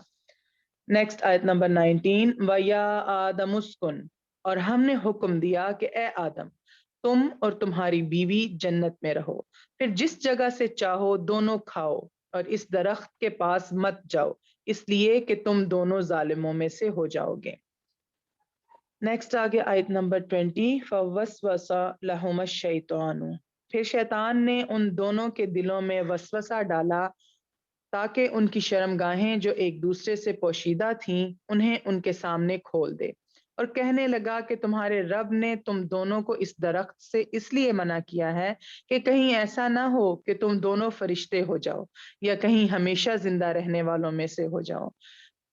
حضرت آدم علیہ السلام اور حضرت حوا کے دل میں شیطان نے وسوسے ڈال دیے، اور وہ ان وسوسوں کی وجہ سے انہوں نے اللہ تعالیٰ نے جس چیز سے ان کو روکا تھا اس سے رکے نہیں، اور انہوں نے وہ درخت جس سے اللہ تعالیٰ نے منع کیا تھا کہ اس کو نہیں کھانا، وہ اس کی طرف ہی راغب ہو گئے اور انہوں نے کھا لیا۔ پھر ان کی شرمگاہیں ایک دوسرے پہ ظاہر ہو گئیں، اور پھر وہ پتے اکٹھے کر کے اور وہ اس سے ایک دوسرے کو چھپانے لگے۔ اب نیکسٹ آ گیا ہے آیت نمبر 21، وقاسمہما، اور ان دونوں کے روبرو قسم کھا لی کہ یقین جانیے کہ میں تم دونوں کا خیر خواہ ہوں، اور اس نے قسم کھا کے ان کو یقین دلانے کی کوشش کی کہ میں جو کہہ رہا ہوں وہ صحیح ہے اور تمہارے فائدے میں ہے، تاکہ ان کو پورا یقین ہو جائے کہ یہ جھوٹ نہیں بول رہا، یہ بالکل صحیح کہہ رہا ہے۔ اس سے نیکسٹ ثابت آگے ہوتا ہے کہ قسمیں کھانا اچھی بات نہیں ہے، جو قسمیں نہیں، کھاتا ہے وہ جھوٹا ہوتا ہے۔ جھوٹا ہوتا ہے، بالکل۔ نیکسٹ آیت نمبر 22، فَذَلَّهُمَا بِغُرُورٍ، سو ان دونوں کو فریب سے مائل کر لیا، پس ان دونوں نے جب اس درخت کو چکھا تو ان کی شرمگاہیں ایک دوسرے کے روبرو ظاہر ہو گئیں، اور دونوں اپنے اوپر جنت کے درختوں کے پتے چپکانے لگے، اور ان کے رب نے ان کو پکارا، کیا میں نے تم دونوں کو اس درخت سے نہ روکا تھا اور یہ نہ کہا تھا کہ شیطان تمہارا کھلا دشمن ہے؟ نیکسٹ آیت نمبر 23، قال ایک ربنا، منٹ طاہرہ جی رکے، دیکھیں جی اب یہاں یہ آیا ہے کہ وہ جنت کے پتوں سے اپنے جسموں کو ڈھانکنے لگے۔ اٹ ہم، مینس کہ فطرت میں اللہ تعالیٰ نے انسان کے شرم ڈالی ہے، اور دوسری بالکل بات یہ کہ اللہ تعالیٰ نے انسان کو انسان بنایا تھا، یہ کسی جانور سے نہیں بنا، اور نہ ہی یہ بات ہے کہ یہ پہلے کے انسان بے لباس ہوتے تھے۔ اللہ تعالیٰ نے جب انسان پیدا کیا اس کے ساتھ ہی لباس اتارا تھا، جی، غیر حیا اور لباس کے شرم شروع انسان سے ہی، نہیں تھا۔ شروع سے بالکل ہی حیا اور شرم ڈالی تھی اللہ تعالیٰ نے انسان کی فطرت میں۔ یہ سارے باقی جو غیر اسلامی نظریے ہیں یہ سب غلط ہیں. بالکل. اچھا نیکسٹ اب آ گیا قال ربنا ظلمنا انفسنا وان لم تغفر لنا وترحمنا لنکونن من الخاسرین. اب یہ حضرت آدم علیہ السلام کی یہ دعا ہے. دونوں نے حضرت آدم علیہ السلام اور حضرت حوا کی دونوں نے کہا اے ہمارے رب ہم نے اپنا بڑا نقصان کیا اور اگر تو ہماری مغفرت نہ کرے گا اور ہم پر رحم نہ کرے گا تو واقعی ہم نقصان پانے والوں میں سے ہو جائیں گے. نیکسٹ آیت نمبر 24 قال اهبطوا بعضكم. حق تعالیٰ نے فرمایا کہ نیچے ایسی حالت میں جاؤ کہ تم باہم ایک دوسرے کے دشمن ہوگے اور تمہارے لیے ایک وقت تک زمین میں رہنے کی جگہ اور نفع حاصل کرنا ہے. اب اللہ تعالیٰ نے حضرت آدم علیہ السلام اور حضرت حوا کو بھی کہا کہ آپ بھی زمین پہ چلے جائیں اور آپ دونوں اور دشمن جو ابلیس ہے یعنی شیطان ہے آپ دونوں انسان اور ابلیس یا شیطان جو ہے وہ ایک دوسرے کے دشمن ہیں اور ایک مقررہ وقت میں آپ لوگ دنیا میں رہیں گے اور پھر دنیا سے ہی دوبارہ اٹھائے جائیں گے اور وہاں سے ہی آپ نے جو آپ کے فائدے کی چیزیں ہیں کھانا پینا نان نفقہ ہر چیز جو ہے وہ دنیا سے ہی حاصل کریں گے. نیکسٹ آیت نمبر 25 قال فیہا تحیون وفیہا تموتون ومنہا تخرجون.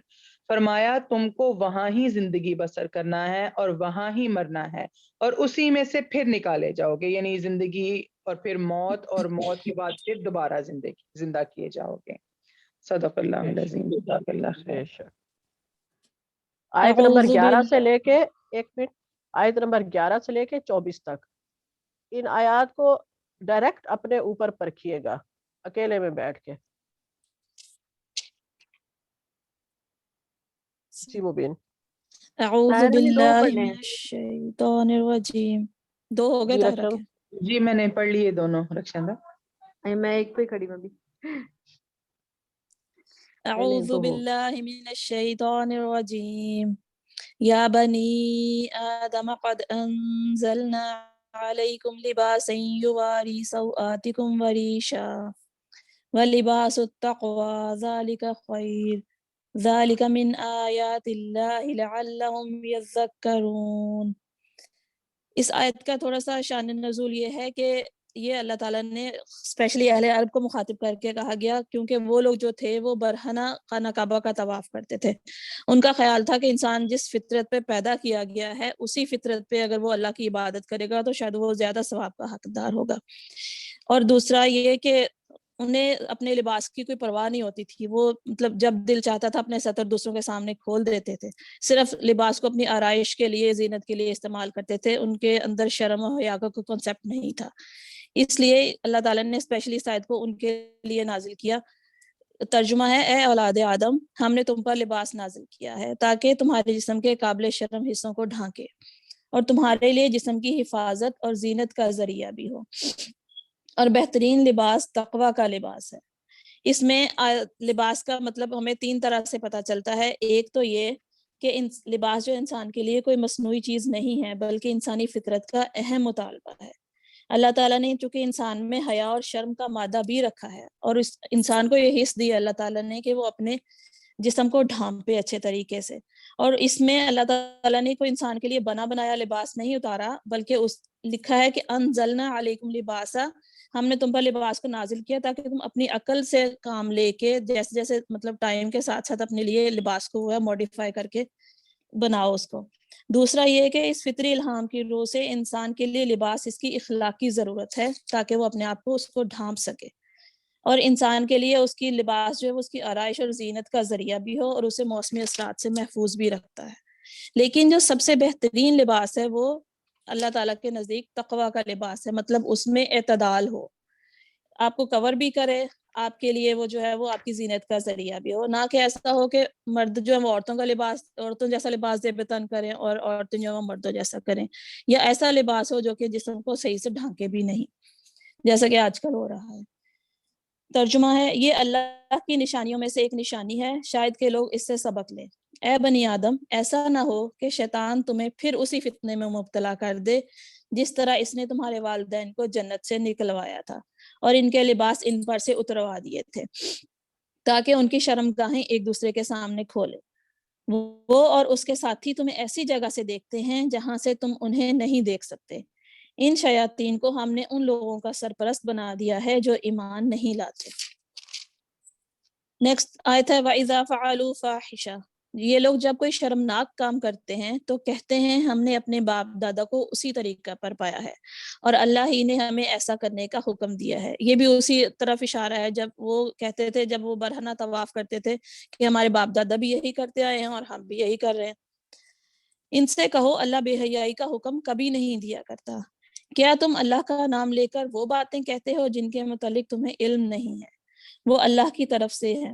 اے محمد صلی اللہ علیہ وآلہ وسلم ان سے کہو میرے رب نے تو راستی اور انصاف کا حکم دیا ہے، اور اس کا حکم تو یہ ہے کہ ہر عبادت میں اپنا رخ ٹھیک رکھو اور اسی کو پکارو اپنے دین کو اس کے لیے خالص رکھ کر، جس طرح اس نے تمہیں اب پیدا کیا ہے اسی طرح تم پھر پیدا کیے جاؤ گے۔ اس کا مطلب یہ ہے کہ خدا کے دین کو تمہاری ان بےہودہ رسموں سے کیا تعلق؟ اس نے جس دین کی تعلیم دی ہے اس کے بنیادی اصول تو یہ ہیں کہ انسان اپنی زندگی کو عدل و راستی کی بنیاد پر قائم کرے، عبادت میں اپنا رخ ٹھیک رکھے، یعنی خدا کے سوا کسی اور کی بندگی کا شائبہ تک اس کی عبادت میں نہ ہو، معبود حقیقی کے سوا کسی دوسرے کی طرف اطاعت و غلامی کا رخ نہ پھرے، اس کی طرف اس کا رہنمائی اور تائید و نصرت اور نگہبانی اور حفاظت کے لیے خدا ہی سے دعا مانگے، مگر شرط یہ ہے اس چیز کی دعا مانگنے والا آدمی پہلے اپنے دین کو اللہ کے لیے خالص کر چکا ہو۔ یہ نہ ہو کہ زندگی کا سارا نظام تو کفر و شرک اور معصیت اور بندگی اغیار پر چلا رہا ہو اور مدد کے لیے خدا کو پکارا جائے۔ نیکسٹ آیت ترجمہ ایک گروہ کو تو اس نے سیدھا راستہ دکھا دیا ہے، مگر دوسرے گروہ پر گمراہی چسپاں ہو کر رہ گئی ہے، کیونکہ انہوں نے خدا کے بجائے شیاطین کو اپنا سرپرست بنا لیا ہے اور وہ سمجھ رہے ہیں کہ ہم سیدھی راہ پر ہیں۔ اے بنی آدم، ہر عبادت کے موقع پر اپنی زینت سے آراستہ رہو اور کھاؤ پیو اور حد سے تجاوز نہ کرو، اللہ حد سے بڑھنے والوں کو پسند نہیں کرتا۔ مطلب یہاں تھوڑا سا یہ ہے کہ یہاں زینت سے مراد مکمل لباس ہے۔ خدا کی عبادت میں کھڑے ہونے کے لیے صرف اتنا کافی نہیں کہ آدمی محض اپنا ستر چھپا لے، بلکہ اس کے ساتھ یہ بھی ضروری ہے کہ حسب استطاعت وہ اپنا پورا لباس پہنے جس میں ستر پوشی بھی ہو اور زینت بھی۔ اور دوسرا یہ کہ کھاؤ پیو اور اسراف نہ کرو، مطلب اللہ تعالیٰ نے کہا ہے کہ خدا کو تمہاری خستہ حالی اور فاقہ کشی عزیز نہیں ہے، اس کی بندگی بجا لانے کے لیے کسی درجہ میں مطلوب ہو کہ بلکہ اس کی عین خوشی یہ ہے کہ تم اس کے بخشے ہوئے عمدہ لباس پہنو اور پاک رزق سے متمتع ہو۔ اس میں وہ رہبانیت کے تصور کو بھی ختم کیا گیا ہے جو تھا کہ بس اللہ کی عبادت کرو، اللہ تعالیٰ نے کھانے پینے اور اس میں یہ ہے کہ وہ نہیں کہا گیا۔ یہاں پہ یہ ہے کہ اللہ تعالیٰ نے کہا ہے کہ جتنا تمہارا مطلب اجازت دیتا ہے اس حساب سے تم کھاؤ پیو بھی، لیکن اسراف اللہ تعالیٰ کو پسند نہیں ہے، حد سے نہ تجاوز کرو۔ نیکسٹ آیت قل من حرم زینت اللہ، اے محمد صلی اللہ علیہ وآلہ وسلم ان سے کہو کس نے اللہ کی اس زینت کو حرام کر دیا جسے اللہ نے اپنے بندوں کے لیے نکالا تھا، اور کس نے خدا کی بخشی ہوئی پاک چیزیں ممنوع کر دی۔ مطلب یہ ہے کہ اللہ نے تو دنیا کی ساری زینتیں اور پاکیزہ چیزیں بندوں ہی کے لیے پیدا کی ہیں، اس لیے اللہ کا تو یہ منشا نہیں ہو سکتا کہ انہیں بندوں کے لیے حرام کر دے۔ کہو یہ ساری چیزیں دنیا کی زندگی میں بھی ایمان لانے والوں کے لیے ہیں اور قیامت کے روز تو خالصتاً انہی کے لیے ہوں گی۔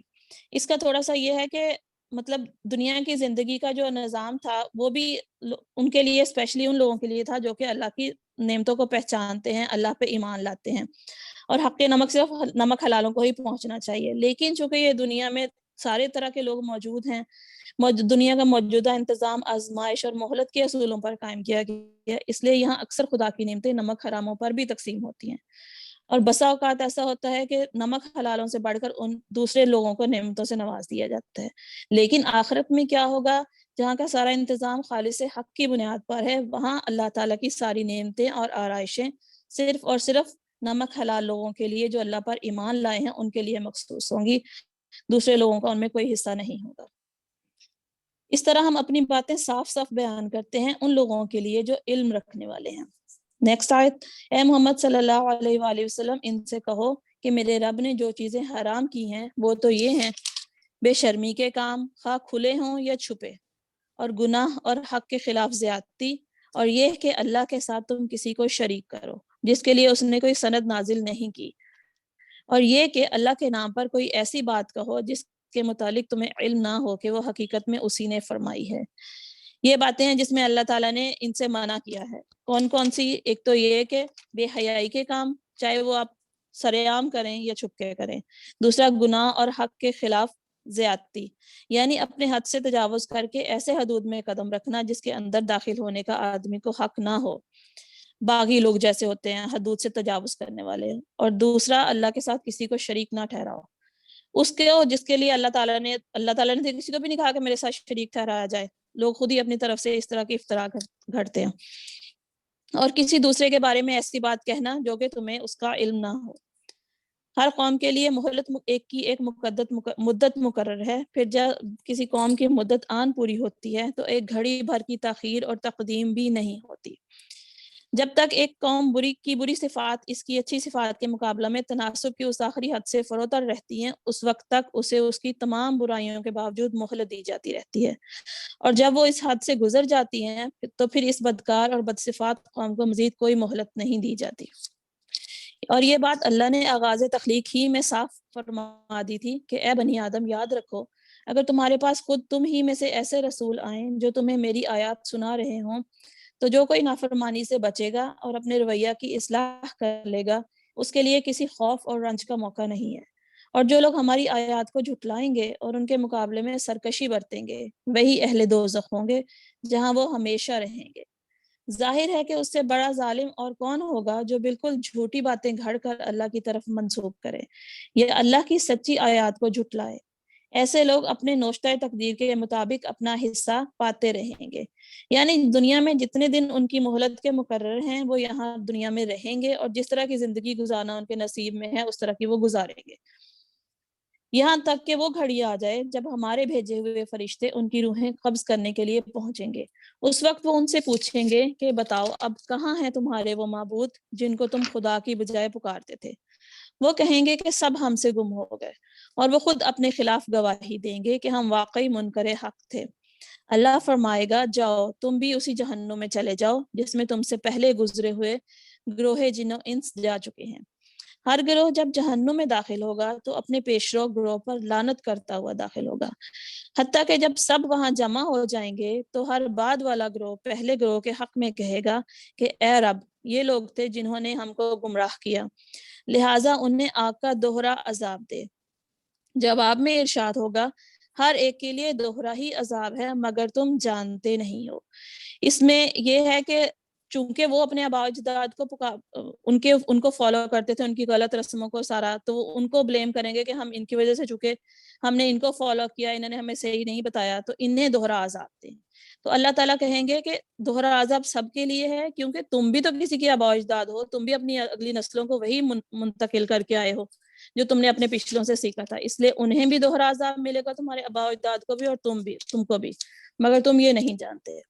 اور پہلا گروہ دوسرے گروہ سے کہے گا اگر ہم قابل الزام تھے تو تمہیں کو ہم پر کون سی فضیلت حاصل تھی، اب اپنی کمائی کے نتیجے میں عذاب کا مزہ چکھو۔ صدق اللہ العظیم۔ بے شک بے شک، اس لیے اچھی بات چھوڑ کے جانی چاہیے اپنے آنے والی نسلوں کے لیے۔ انشاءاللہ۔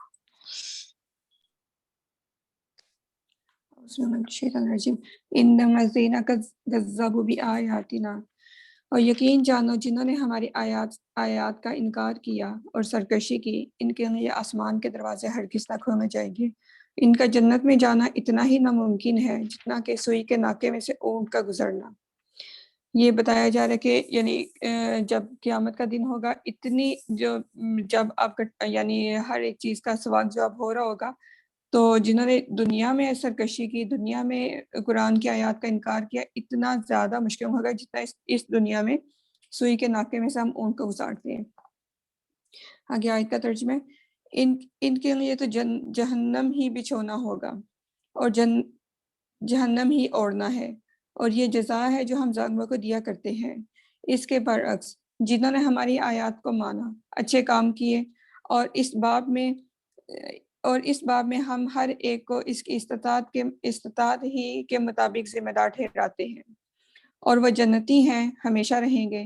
ان کے دلوں میں ایک دوسرے کے خلاف جو کچھ کدورت ہوگی ہم اس کو صاف کر دیں گے، اور یہ قدورت وہ قدورت ہے جو کہ دنیا میں جو کوئی انسان کسی انسان کے سے تھوڑا سا خفا ہوتا ہے یا کوئی بھی اس کے یعنی جیسے ہم کہہ سکتے ہیں ناراضگی ہوتی ہے، جب وہ دونوں جنت میں جائیں گے تو جنت میں جا کے ان کے بیچ میں ایسے کوئی ناراضگی نہیں ہوگی۔ یہاں پہ قرآن میں فرمایا جا رہا ہے کہ ہم ان کے دل صاف کر دیں گے، قدورتیں ہم صاف کر دیں گے، اور آخرت میں وہ دوستوں کی حیثیت سے ہی جنت میں داخل ہوگی۔ آیت کا ترجمہ، ان کے نیچے نہریں بہتی ہوں گی اور وہ کہیں گے تعریف خدا ہی کی ہے جس نے ہمیں یہ راستہ دکھایا، ہم خود راہ نہ پاتے تھے اگر خدا ہماری رہنمائی نہ کرتا۔ ہمارے رب کے بھیجے ہوئے رسول واقع ہی سچ کے ساتھ حق کے ساتھ آئے تھے، اور اس وقت ندا آئے گی یہ جنت جس کے تم وارث بنائے گئے ہو تمہیں ان اعمال کے بدلے دی ہے جو تم کرتے تھے۔ پھر یہ جنت کے لوگ دوزخیوں کو پکاریں گے کہ اور کہیں گے ہم نے ان سارے وعدوں کو ٹھیک پایا جو ہمارے رب نے ہمارے ساتھ کیے تھے، کیا تم نے بھی ان وعدوں کو ٹھیک پایا جو تمہارے رب نے تمہارے کیے تھے؟ اور وہ جواب دیں گے ہاں۔ تب ایک پکارنے والا ان کے درمیان پکارے گا، کہے گا خدا کی عادت ہو ان ظالموں پر جو خدا کے راستے سے لوگوں کو روکتے تھے اور ٹیڑھا کرنا چاہتے تھے اور آخرت کے منکر تھے۔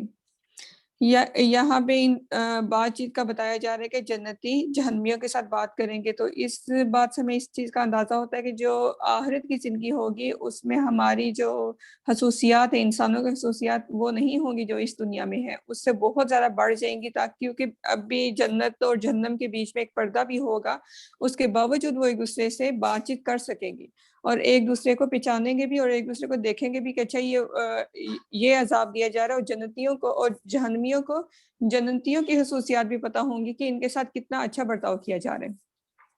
آج اور کل کے دور میں تو یہ مان لینا مشکل کام ہی نہیں ہے۔ جی اب ہم بھی تو ہزاروں لاکھوں میلوں سے بیٹھے ایک دوسرے کو دیکھ رہے ہوتے ہیں یا بات کر رہے ہوتے ہیں۔ ہاں جی، آگے آیت کا ترجمہ ہے، ان دونوں گروہوں کے درمیان ایک اوٹ قائم ہوگی۔ یہ وہ جو میں نے ابھی بتایا تھا کہ جنت اور جہنم کے درمیان میں ایک بہت بڑی دیوار یا اوٹ، وہ ہمیں نہیں پتا کیسی اوٹ ہوگی، وہ ہوگی، اس کے باوجود وہ کچھ یعنی بات چیت بھی کر سکتے ہیں، ایک دوسرے کو دیکھ بھی سکتے ہیں۔ یعنی اس کو اور عراف، ان دونوں کے جنت اور جہنم کے درمیان میں ایک مقام ہوگا عراف پہ وہ لوگ جمع ہوں گے جو نہ تو جنت میں جا سکیں گے اگر ان کے کام اتنے برے نہیں ہوں گے کہ ان کے جہنم میں پھینکے، اور ان کے کام اتنے اچھے بھی نہیں ہوں گے کہ وہ ڈائریکٹ جنت میں داخل ہو جائے، مگر وہ اپنے فرائض پورے کرتے ہوں گے، تو اس وجہ سے ہمارے ان کو ٹھہرایا ہوگا عراف میں۔ وہ بھی ایک ان کی ایک قسم کا، یعنی جیسے ہم کہتے ہیں کہ دیکھو تم ادھر بھی جا سکتے تھے اور ادھر بھی جا سکتے تھے مگر آخر میں آ کے جو بندے عراف تک پہنچ جائیں گے وہ جنت میں ہی داخل ہوں گے، مگر پھر بھی ادھر ان کا عراف پہ ٹھہرایا جائے گا۔ عراف پر کچھ آیت کا ترجمہ، عراف پر کچھ لوگ ہوں گے اور ہر ایک کو اس کی پیشانیوں سے پہچانیں گے، جو جنت والوں کو پکار کر کہیں گے کہ سلامتی ہو تم پر، یہ جنت میں داخل تو نہیں ہوں گے مگر امیدوار ہوں گے کہ یہ کچھ دنوں تک یا کچھ پتہ نہیں کب تک یہ مگر جنت میں ضرور داخل ہو جائیں گے، مگر آگ سے بچ جائیں گے، یہ جو عراف تک پہنچیں گے نا۔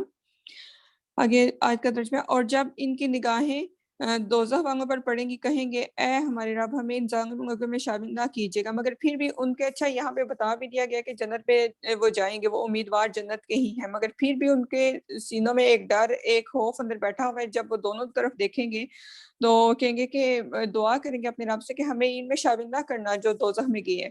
اور پھر اچھا آیت کا ترجمہ آ گیا، پھر عراف کے لوگ دوزخ ایک منٹ مریم، ہوگا یہ کہ ان کے نامہ اعمال میں نیکیاں اور برائیاں بالکل برابر ہوں گی، پلڑے برابر ہوں گے۔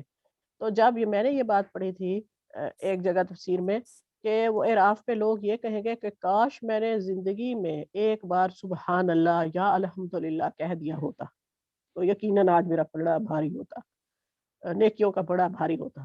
تو اس دن کے بعد سے میں نے ذکر پکڑا تھا یہ سوچ کے کہ میرا پلڑا بھاری ہو جائے، تو اس لیے چلتے پھرتے سبحان اللہ، الحمدللہ، اللہ اکبر، لا الہ الا اللہ، لا حول ولا قوت الا باللہ، یہ میزان میں بہت بھاری کلمات ہیں، تو چلتے پھرتے یہ سوچ کے کہا کریں کہ ہمارا اس دن پلڑا بھاری ہوگا۔ اوکے آگے چلیں۔ پھر یہ عراف کے لوگ دوزخ کی چند بڑی بڑی شخصیتوں کو ان کی نشانیوں سے پہچان کر پکاریں گے اور کہیں گے دیکھا تم نے آج نہ تمہارے جتھے تمہارے کسی کام آئے، نہ وہ ساز و سامان جن کو تم بڑی چیز سمجھتے تھے۔ اور کیا یہ جنتی وہی نہیں جن کے متعلق تم قسمیں کھا کھا کر کہتے تھے کہ ان کو تو خدا اپنی رحمت میں سے کچھ بھی نہ دے گا۔ آج انہی سے کہا گیا کہ داخل ہو جو جنت میں، اور تمہارے اوپر نہ خوف ہے نہ رنج ہے۔ اور دوزخی جنتیوں کو پکاریں گے اور کہیں گے کہ کچھ تھوڑا سا پانی ہمارے اوپر ڈال دو، جو رزق اللہ نے تمہیں دیا ہے اس میں سے کچھ پھینک دو۔ اور وہ جواب دیں گے اللہ نے یہ دونوں چیزیں منکرین حق پر حرام کر دی ہیں۔ اور یہ ان کا پچھتاوا بتایا جا رہا ہے جو دوزخ میں پھینکے گئے ہیں، یہ ان کے پچھتاوے کی ساری آگے سے دونوں کی آپس میں بات چیت ہے۔ نیکسٹ آیت ہے،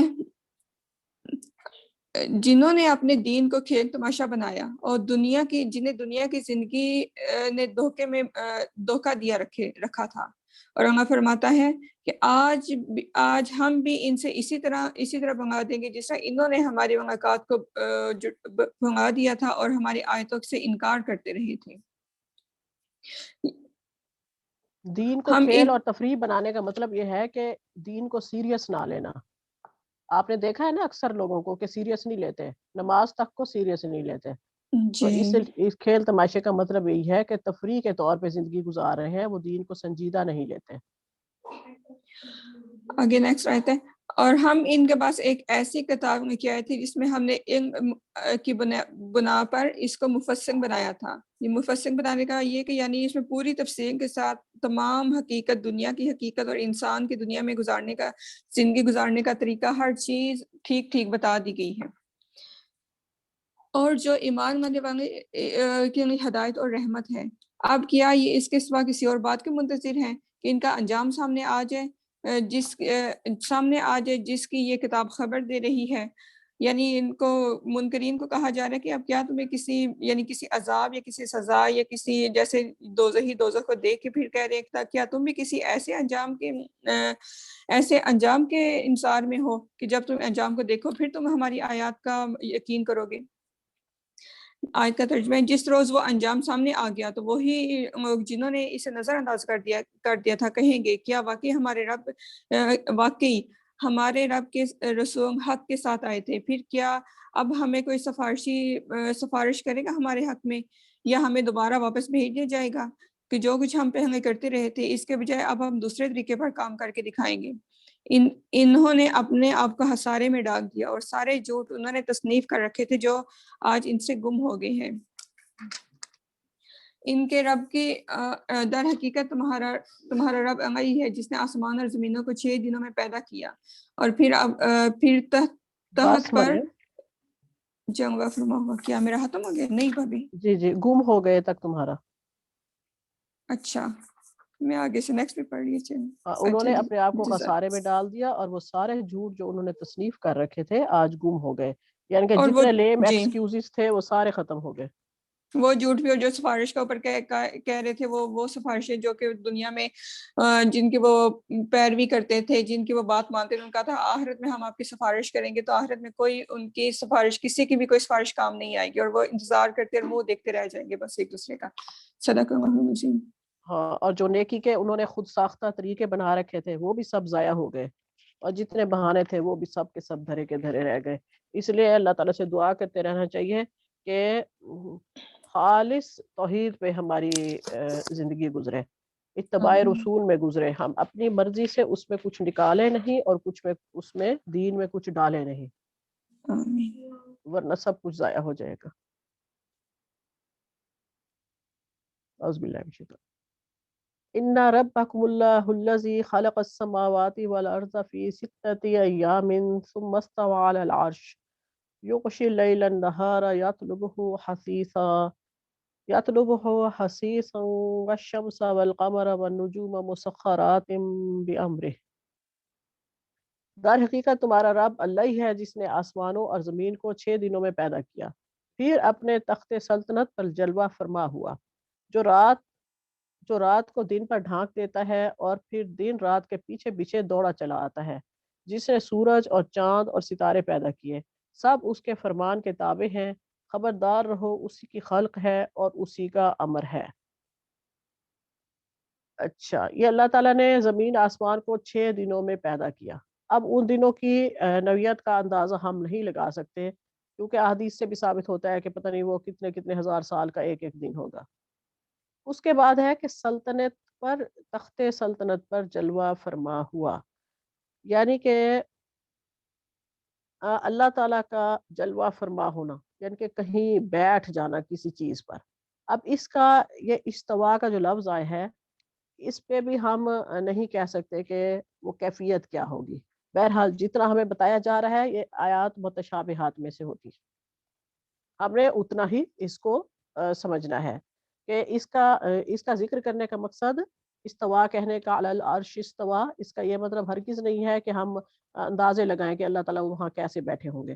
قرآن مجید میں اس کے ذکر کا مقصد صرف یہ ذہن نشین کرانا ہے کہ اللہ محض خالق کائنات نہیں ہے، بلکہ اس نے یہ دنیا بنائی ہے اور پھر اس کو بے تعلق نہیں چھوڑا، اور اس پر فرما روائی اور سلطانی بھی کرتا ہے، یعنی کہ اس کو چلانے کے تمام اختیارات اللہ تعالیٰ کے اپنے ہاتھ میں ہیں۔ اس بات کا یہ مطلب ہے۔ اچھا، رات دن کا آنا تو آپ ڈیلی دیکھتے ہیں، اسی کی خلق ہے اور اسی کا امر ہے، یعنی کہ اللہ تعالیٰ نے محض خالق نہیں ہے، خلق کیا اس نے زمین و آسمان کو، کائنات کو، اور پھر وہ اس کا عامر اور حاکم بھی ہے، یعنی کہ اس نے اپنی تخلیق کو بنانے کے بعد کسی اور کے حوالے نہیں کر دیا کہ وہ اس کو چلائے، اور نہ ہی یہ کہ اس کے کسی حصے کو کسی کے مختار کل میں دے دیا ہے کہ فلاں حصہ فلاں چلائے گا اور فلاں حصہ فلاں نہیں، وہ کمپلیٹ اختیار رکھتا ہے اور ساری کائنات کو خود ہی چلانے والا ہے۔ تبارک اللہ رب العالمین، با برکت ہے اللہ، سارے جہانوں کا مالک، پروردگار۔ ٹھیک ہے، پروردگار یا رب کا مطلب یہ ہوتا ہے کہ وہ چلانے والا ہے ساری کائنات کو۔ 55 آیت نمبر، ادعوا ربکم تضرعا، اپنے رب کو پکارو گڑ گڑاتے ہوئے اور چپکے چپکے، یقیناً وہ حد سے گزرنے والوں کو پسند نہیں کرتا۔ اب یہاں ہمیں آداب سکھائے جا رہے ہیں اللہ تعالیٰ کو پکارنے کے، کہ اللہ تعالیٰ کو گڑ گڑا کے، یعنی کہ رو کے، غم کے ساتھ، دکھ تکلیف کے ساتھ پکارنا ہے، اور آہستہ آہستہ چپکے چپکے پکارنا ہے، حد سے نہیں گزرنا، یعنی کہ شور نہیں مچانا یا پھر شرطیں نہیں لگانی کہ یا اللہ مجھے یہ دے دے تو میں یہ کر دوں گا، مجھے یہ دے دے تو میں یہ کر دوں گی، ایسے نہیں، شرطیں بھی نہیں لگانی اور چلا چلا کے بھی نہیں پکارنا۔ اس کی بہت ڈیٹیل ہے دعا مانگنے کے، دعا کے جو فضائل ہیں وہ آپ احادیث کی کتابوں سے اچھے طریقے سے پڑھ سکتے ہیں۔ آیت نمبر 56، وَلَا تُفْسِدُوا فِي الْأَرْضِ بَعْدَ إِصْلَاحِهَا، اور زمین میں فساد برپا نہ کرو جبکہ اس کی اصلاح ہو چکی ہے، اور خدا ہی کو پکارو خوف کے ساتھ اور طمع کے ساتھ، یقیناً اللہ کی رحمت نیک کردار لوگوں سے قریب ہے۔ یعنی کہ زمین میں فساد نہ کرو جبکہ اصلاح ہو چکی، جبکہ دین آ چکا، اسلام آ چکا، شریعت آ چکی، تو اب فساد نہ کرو، یعنی کہ غیر اللہ کو نہ پکارو، یا جو امیدیں تم کسی اور سے لگاتے تھے وہ صرف اور صرف اللہ سے لگاؤ، ورنہ فساد پھیلے گا زمین میں۔ اور اللہ کو پکارو خوف کے ساتھ اور طمع کے ساتھ، یعنی کہ اللہ تعالیٰ کو جب ہم پکارتے ہیں تو ہمیں یہ خوف بھی ہونا چاہیے اللہ کی عظمت کا، اس کی کبریائی کا، اس کے جلال کا، اس کے قہار ہونے کا، اور طمع بھی ہونی چاہیے کہ وہ رحمان ہے، رحیم ہے، غفور ہے، غفار ہے، ستیر ہے۔ ٹھیک ہے، اس کی ساری جو اللہ تعالیٰ کی صفاتی نام ہے وہ ہمارے ذہن میں ہونے چاہیے، بلکہ ان کا علم بھی ہونا چاہیے۔ اللہ تعالیٰ کے یہ جو 99 نیمز جو ہم قرآن میں عام طور پہ پڑھتے ہیں، ہمیں صرف اتنے معلوم ہیں، لیکن نام تو یقیناً اللہ کے بے پناہ ہیں، تو ان کا کمپلیٹ علم بھی ہونا چاہیے۔ آپ اس کا علم اگر لینا چاہتے ہیں ان کے بارے میں ڈیٹیلڈ انفارمیشن، تو الہدا کے سائٹ سے آپ کو ملے گی، ڈاکٹر صاحبہ نے بہت اچھی کی ہے اس کی، فرسٹ نیم سے لاسٹ تک بہت اچھا ڈیٹیل کے ساتھ بتایا ہے۔ یقیناً اللہ کی رحمت نیک کردار لوگوں کے قریب ہے، بے شک۔ اللہم ربنا جعلنا منہم۔ آیت نمبر 57، وَهُوَ الَّذِي يُرْسِلُ الرِّيَاحَ بُشْرًا بَيْنَ يَدَيْ رَحْمَتِهِ، اور وہ اللہ ہی ہے جو ہواؤں کو اپنی رحمت کے آگے آگے خوشخبری کے لیے بھیجتا ہے. پھر جب وہ پانی سے لدے ہوئے بادل اٹھا لیتی ہیں تو انہیں کسی مردہ سرزمین کی طرف حرکت دیتا ہے اور وہاں می برسا کر اسی مری ہوئی زمین سے طرح طرح کے پھل نکالتا ہے. دیکھو اس طرح ہم مردوں کو حالت موت سے نکالتے ہیں. شاید کہ تم اس مشاہدے سے سبق لو. جو زمین اچھی ہوتی ہے وہ اپنے رب کے حکم سے خوب پھل لاتی ہے، اور جو زمین خراب ہوتی ہے اس سے ناقص پیداوار کے سوا کچھ نہیں نکلتا. اس طرح ہم نشانیوں کو بار بار پیش کرتے ہیں ان لوگوں کے لیے جو شکر گزار ہونے والے ہیں. بے شک یعنی کہ اس سارے آیات کو آپ اپنی ذات پہ لیں، یہ ایک طرح سے تمثیل سمجھ لیں. ویسے یہ بھی ہے کہ ہوا آتی ہے پہلے اور پھر بارش ہوتی ہے اور پھر زمین سے پھل پھول نکلتے ہیں، لیکن یہاں ہم اپنے آپ کو رکھیں گے اور ہوا سے رحمت سے مراد قرآن مجید کو لیں گے کہ اللہ تعالیٰ نے قرآن کی رحمت بھیجی ہواؤں کی صورت میں. یقیناً یہ ہمارے لیے خوشبختی کی خوشخبری کی علامت ہے. اور پھر جو ہمارے دل ہیں ان دلوں کی زمین پر جب یہ برستی ہے قرآن کی رحمت، تو پھر جو دل نرم ہوتے ہیں، جن میں تھوڑا سا بھی خیر یا خشیت ہوتی ہے، تو اس میں سے خیر باہر آتا ہی آتا ہے. قرآن سن کر، قرآن پڑھ کر اس پر عمل کرتا ہے. لیکن جو زمین خراب ہوتی ہے، جو دل خراب ہوتے ہیں، ان میں سے کوئی خیر باہر نہیں آتا سوائے جھاڑ جنکار کے. اور یقین ہے یہ اللہ تعالیٰ کی نشانی ہے جو ہمارے لیے پیش ہوتی ہیں، اور ہمیں اس کے لیے شکر گزار ہونا چاہیے اپنے رب کا. وہ مالک بے شک. رکوع نمبر 15 یہاں سے سٹارٹ ہو رہا ہے. لقد ارسلنا نوحا الى قومه، ہم نے نوح علیہ السلام کو اس کی قوم کی طرف بھیجا. اس نے کہا اے برادران قوم، اللہ کی بندگی کرو، اس کے سوا تمہارا کوئی خدا نہیں. میں تمہارے حق میں ایک ہولناک دن کے عذاب سے ڈرتا ہوں. اس کے قوم کے سرداروں نے جواب دیا، ہم کو تو یہ نظر آتا ہے کہ تم صریح گمراہی میں مبتلا ہو. نوح علیہ السلام نے کہا اے برادران قوم، میں کسی گمراہی میں نہیں پڑا ہوں، بلکہ میں رب العالمین کا رسول ہوں.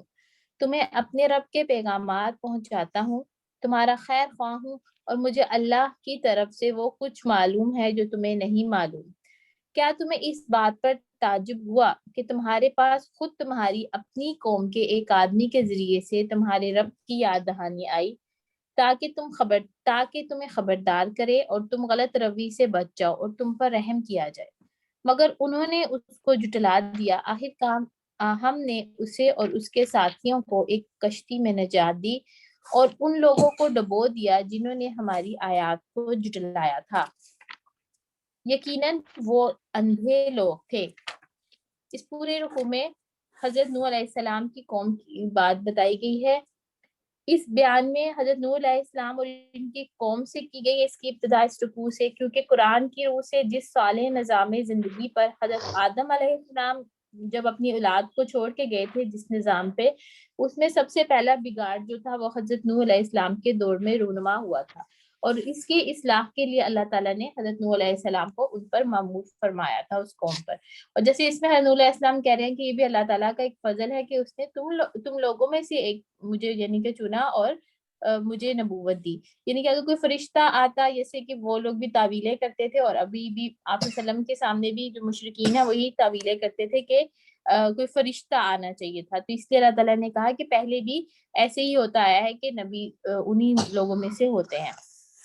اور یہاں پہ یہ ہے کہ حضرت نوح علیہ السلام کی جو قوم تھی ان کا یہ حال قرآن میں جو بیان کیا گیا اس میں یہ تھا کہ وہ اللہ کو مانتے تھے، اللہ کے وجود کے منکر نہیں تھے، اور اللہ سے ناواقف بھی نہیں تھے، اور اللہ تعالیٰ کی عبادت سے بھی ان کو کوئی انکار نہیں تھا، بلکہ ان کا اصل گمراہ ہونے کا جو ایک ان کا تھا کہ وہ یہ تھا کہ وہ مبتلا ہو گئے تھے شرک کے کاموں میں، گمراہی میں. پھر اللہ تعالیٰ حضرت نوح علیہ السلام نے بہت طویل مدت تک جو ہے وہ کی تھی، ان لوگوں کو سمجھایا تھا، تبلیغ کی تھی. اسی لیے اللہ تعالیٰ نے ادھر حضرت نوح علیہ السلام کی اگزامپل دے رہے ہیں کہ آپ صلی اللہ علیہ وسلم اور آپ کے ساتھیوں کو صبر کی تلقین کیجئے کہ جہاں نوح علیہ السلام نے اتنا ٹائم لمبا گزارا پھر بھی ان کی قوم میں سے بہت تھوڑے لوگ جو تھے وہ اس بات کو سمجھ پائے. پھر آخر کار حضرت نوح علیہ السلام نے خدا سے دعا کی کہ ان کافروں میں سے ایک کو بھی زمین پر زندہ نہ چھوڑ، کیونکہ اگر تو نے ان میں سے کسی کو بھی چھوڑ دیا تو یہ تیرے بندوں کو گمراہ کریں گے، اور ان کی نسل سے جو بھی پیدا ہوگا وہ بدکار اور نمک حرام ہی پیدا ہوگا. جب بہت زیادہ تبلیغ کی تو اس کے بعد پھر حضرت نوح علیہ السلام نے یہ دعا کی اور پھر اللہ تعالیٰ نے ان کی قوم پر عذاب بھیجا. صدق اللہ العظیم.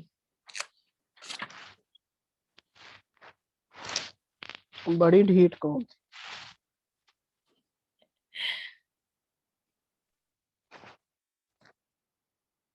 نیکسٹ کس کا ہے؟ رابعہ یا رکشندہ؟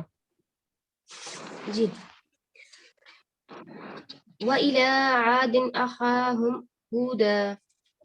انہوں نے کہا اے میری قوم اللہ کی عبادت کرو، اس کے سوا تمہارا کوئی معبود نہیں، کیا پھر بھی تم اللہ سے نہیں ڈرو گے؟ ان کی قوم کے سردار جنہوں نے کفر اپنا رکھا تھا کہنے لگے ہم تو یقینی طور پر دیکھ رہے ہیں کہ تم بے وقوفی میں مبتلا ہو اور بے شک ہمارا گمان یہ ہے کہ تم ایک جھوٹے آدمی ہو. ہود نے کہا اے میری قوم مجھے کوئی بے وقوفی لاحق نہیں ہوئی بلکہ میں رب العالمین کی طرف سے بھیجا ہوا پیغمبر ہوں. میں اپنے پروردگار کے پیغامات تم تک پہنچاتا ہوں اور میں تمہارا ایسا خیر خواہ ہوں جس پر تم اطمینان کر سکتے ہو. بھلا کیا تمہیں اس بات پر تعجب ہے کہ تمہارے رب کی نصیحت ایک ایسے آدمی کے ذریعے تم تک پہنچی ہے جو خود تم ہی میں سے ہے تاکہ وہ تمہیں خبردار کرے. اور وہ وقت یاد کرو جب اس نے نوح علیہ السلام کی قوم کے بعد تمہیں جانشین بنایا اور جس کی ڈیل ڈول بھی میں تمہیں دوسروں سے بڑھا چڑھا کر رکھا. لہٰذا اللہ کی نعمتوں پر دھیان دو تاکہ تمہیں فلاح نصیب ہو. انہوں نے کہا کیا تم ہمارے پاس اس لیے آئے ہو کہ ہم تنہا اللہ کی عبادت کریں اور جن بتوں کی عبادت ہمارے باپ دادا کرتے آئے ہیں انہیں چھوڑ بیٹھیں؟ اچھا اگر تم سچے ہو تو لے آؤ ہمارے سامنے وہ عذاب کی جس کی ہمیں دھمکی دے رہے ہو. ہود نے کہا اب تمہارے رب کی طرف سے تم پر عذاب اور قہر کا آنا طے ہو چکا ہے. کیا تم مجھ سے مختلف بتوں کے ان ناموں کے بارے میں جھگڑتے ہو جو تمہارے باپ داداؤں نے رکھ لیے ہیں جن کی تائید میں اللہ نے کوئی دلیل نازل نہیں کی؟ بس تو اب تم انتظار کرو، میں بھی تمہارے ساتھ انتظار کرتا ہوں. چنانچہ ہم نے ان کو یعنی ہود علیہ السلام کو اور ان کے ساتھیوں کو اپنی رحمت کے ذریعے نجات دی اور ان لوگوں کی جڑ کاٹ ڈالی جنہوں نے ہماری نشانیوں کو جھٹلایا تھا اور مومن نہیں ہوئے تھے. اس میں قوم عاد کے بارے میں یہ ہے کہ قوم عاد عربوں کے ابتدائی نسل کی ایک قوم تھی جو حضرت عیسیٰ علیہ السلام سے کم از کم 2000 سال پہلے یمن کے علاقے خضر موت کے آس پاس آباد تھی. یہ لوگ اپنی جسمانی طاقت اور پتھروں کو تراشنے کے ہنر میں مشہور تھے. رفتہ رفتہ انہوں نے بت بنا کر ان کی پوجا شروع کر دی اور اپنی طاقت کے گھمنڈ میں مبتلا ہو گئے. حضرت ہود علیہ السلام ان کے پاس پیغمبر بنا کر بھیجے گئے. انہوں نے اپنی قوم کو بڑی دردمندی سے سمجھانے کی کوشش کی اور انہیں توحید کی تعلیم دے کر اللہ تعالیٰ کا شکر گزار بننے کی تعلیم دی. مگر کچھ نیک طبع لوگوں کے سوا باقی لوگوں نے ان کا کہنا نہیں مانا. پہلے ان کو قحط میں مبتلا کیا اور حضرت ہود علیہ السلام نے انہیں یاد دلایا کہ اللہ تعالیٰ کی طرف سے ایک تنبیہ ہے. اگر اب بھی تم اپنے بدعمالیوں سے باز آ جاؤ تو اللہ تعالیٰ تم پر رحمت کی بارشیں برسا دے گا. لیکن اس قوم پر کچھ اثر نہیں ہوا اور وہ اپنے کفر و شرک میں بڑھتی چلی گئی. آخرکار ان پر ایک تیز و تند آندھی کا عذاب بھیجا گیا جو 8 دن تک متواتر جاری رہا یہاں تک کہ یہ ساری قوم ہلاک ہو گئی. اور اس میں ایک جگہ پہ ہے کہ یہ لوگ جو لمبے چوڑے تھے حضرت نوح علیہ السلام کی جو قوم تھی یہ لوگ قد و قامت میں اتنے لمبے چوڑے تھے کہ ان جیسی کوئی قوم اس کے بعد نہیں آئی تھی. یہی ہے اس میں. اعوذ باللہ من الشیطان الرجیم. رکو نمبر 17. وَإِلَىٰ ثَمُودَ أَخَاهُمْ صَالِحًا. اور سمود کی طرف ہم نے ان کے بھائی صالح کو بھیجا. اس نے کہا اے برادران قوم اللہ کی بندگی کرو اور اس کے سوا تمہارا کوئی خدا نہیں. تمہارے پاس رب کی کھلی دلیل آ گئی ہے. یہ اللہ کی اونٹنی تمہارے لیے ایک نشانی کے طور پر ہے. لہٰذا اسے چھوڑ دو کہ خدا کی زمین میں چلتی پھرے اور اس کو کسی برے ارادے سے ہاتھ نہ لگانا ورنہ ایک دردناک عذاب تمہیں آ لے گا. یاد کرو وہ وقت جب اللہ نے قوم عاد کے بعد تمہیں اس کا جانشین بنایا اور تم کو زمین میں یہ منزلت بخشی کہ آج تم اس کے ہموار میدانوں میں عالی شان محل بناتے اور اس کے پہاڑوں کو مکانات کی شکل میں تراشتے ہو. بس اس کی قدرت کے کرشموں سے غافل نہ ہو جاؤ اور زمین میں فساد برپا نہ کرو.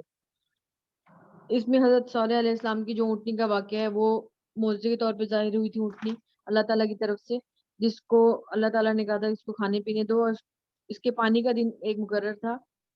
باقی جانور اس دن پانی نہیں پیتے تھے لیکن انہوں نے آخر سب کے ساتھ مشورہ کر کے اس کو قتل کر دیا تھا۔ اس کے بعد حضرت صالح علیہ السلام نے ان کو کہا تھا کہ ایک عذاب آئے گا اور تم اس سے غافل ہو گئے ہو، لیکن وہ آ کے رہا تھا۔ پھر اس کے بعد یہ غرق ہو گئی تھی قوم۔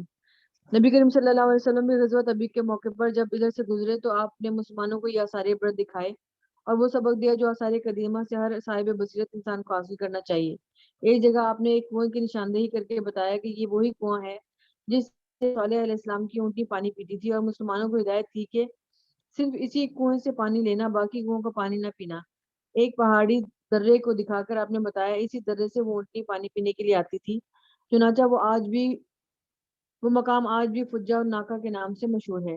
ان کے کھنڈوں میں جو مسلمان سیر کرتے پھر رہے تھے، آپ نے ان کو جمع کیا اور ان کے سامنے خطبہ دیا جس میں سمود کے انجام پہ عبرت دلائی اور فرمایا کہ یہ اس قوم کا علاقہ ہے جس میں خدا کا عذاب نازل ہوا، لہٰذا یہاں سے جلدی گزرو، یہ سیرگاہ نہیں ہے بلکہ رونے کا مقام ہے۔ آیت نمبر 75۔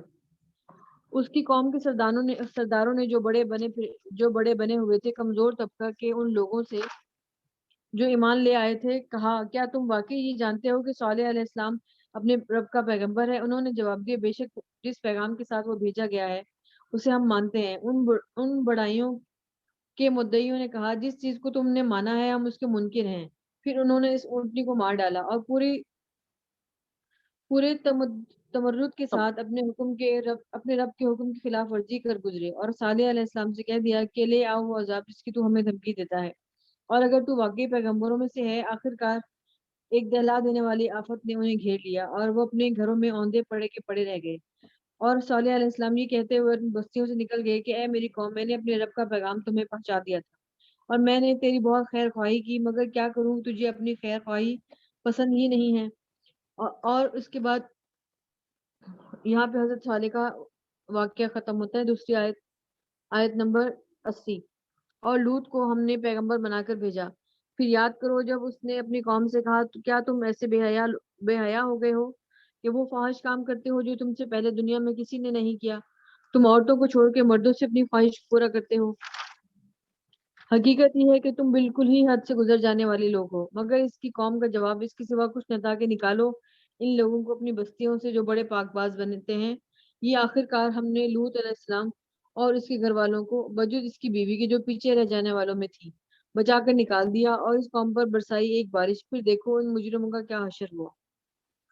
صدق اللہ العظیم۔ بے شک بے شک۔ اچھا، یہ ساری امتوں کی، پچھلی امتوں کی باتیں پڑھ کے اپنے لیے بھی سبق نکالا کریں کہ اللہ تعالیٰ نے ہر قوم پہ صرف ایک گناہ کی وجہ سے عذاب بھیجا تھا، اور اب یہ سارے گناہ ایٹ اے ٹائم اس دنیا میں ہو رہے ہیں جی، اور بڑی یعنی کہ شد و مد سے ہو رہے ہیں۔ دھڑلے سے کر رہے ہیں۔ اب یہ دیکھیں، اسی گناہ کو دیکھ لیں جو لوط علیہ السلام کی قوم کرتی تھی کہ بل پاس ہو رہے ہیں اور ہومو سیکشوالٹی کو کیسے پروموٹ کیا جا رہا ہے۔ سارے گناہ ہو رہے ہیں، اور پھر بھی دیکھو ابھی لوگ کہتے ہیں کہ دنیا میں امن ہو یا سکون ہو یا اچھائی ہو، کس بات پہ ہو؟ اتنی نافرمانیاں جب ہو رہی ہیں تو کیوں اللہ کی رحمت برسے گی؟ کیوں نہیں آئیں گے عذاب؟ کہ کیسے نجات ملے کورونا سے یا کسی بھی بیماریوں سے؟ جیسے اعمال ہے دنیا کے ویسے ہی کام پھر آنے ہیں نا ہمارے ساتھ۔ اور یہ ہے کہ بجوس کی اس کی بیوی کے جو پیچھے رہنے والوں تھی، کچھ لوگ کہتے ہیں کہ یہ بھی کریکٹر لیس تھی، لیکن ایسا نہیں ہے۔ ایسا نہیں تھا وہ، کیونکہ پیغمبر کی بیوی تھی تو ایسی نہیں تھی کسی وہ۔ بھی نبی کی بیوی کریکٹر لیس نہیں ہو سکتی، وہ کریکٹر فل ہی ہوگی۔ لیکن وہ کہتے ہیں نا، جس کے عہدے ہے سوا اس کی سوا مشکل ہے۔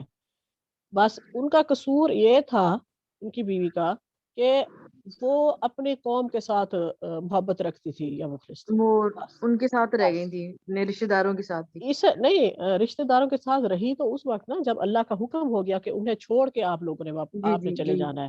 حضرت لوط علیہ السلام اپنی دونوں بیٹیوں کو لے کے، ان کا بیٹا نہیں تھا، دونوں بیٹیوں کو لے کے اس علاقے سے نکل گئے تھے، اور کوئی تیسرا آدمی ان کے ساتھ نہیں تھا پوری قوم میں سے۔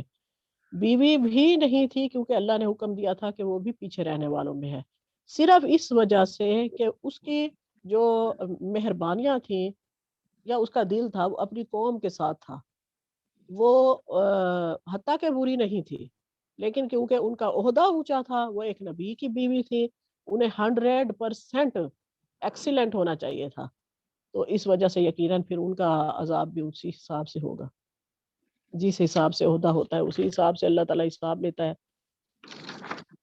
وما علینا الا البلاغ. سبحانک اللہم و بحمدک نشہد ان لا الہ الا انت نستغفرک و نتوب الیک وما علینا الا البلاغ. اللہم ارحمنی بالقرآن واجعلہ لی اماما ونورا وہدا ورحمہ. اللہم ذکرنی منہ ما نسیت وعلمنی منہ ما جہلت وارزقنی تلاوتہ آناء اللیل واطراف النہار واجعلہ لی حجتا یا رب العالمین. آمین یا رب العالمین. بھابھی کل بھی کلاس اسی ٹائم پہ ہوگی کیونکہ کل سے اسکول سٹارٹ ہو رہے ہیں تو بچوں کی کلاسز اس ٹائم ہو رہی ہوں گی.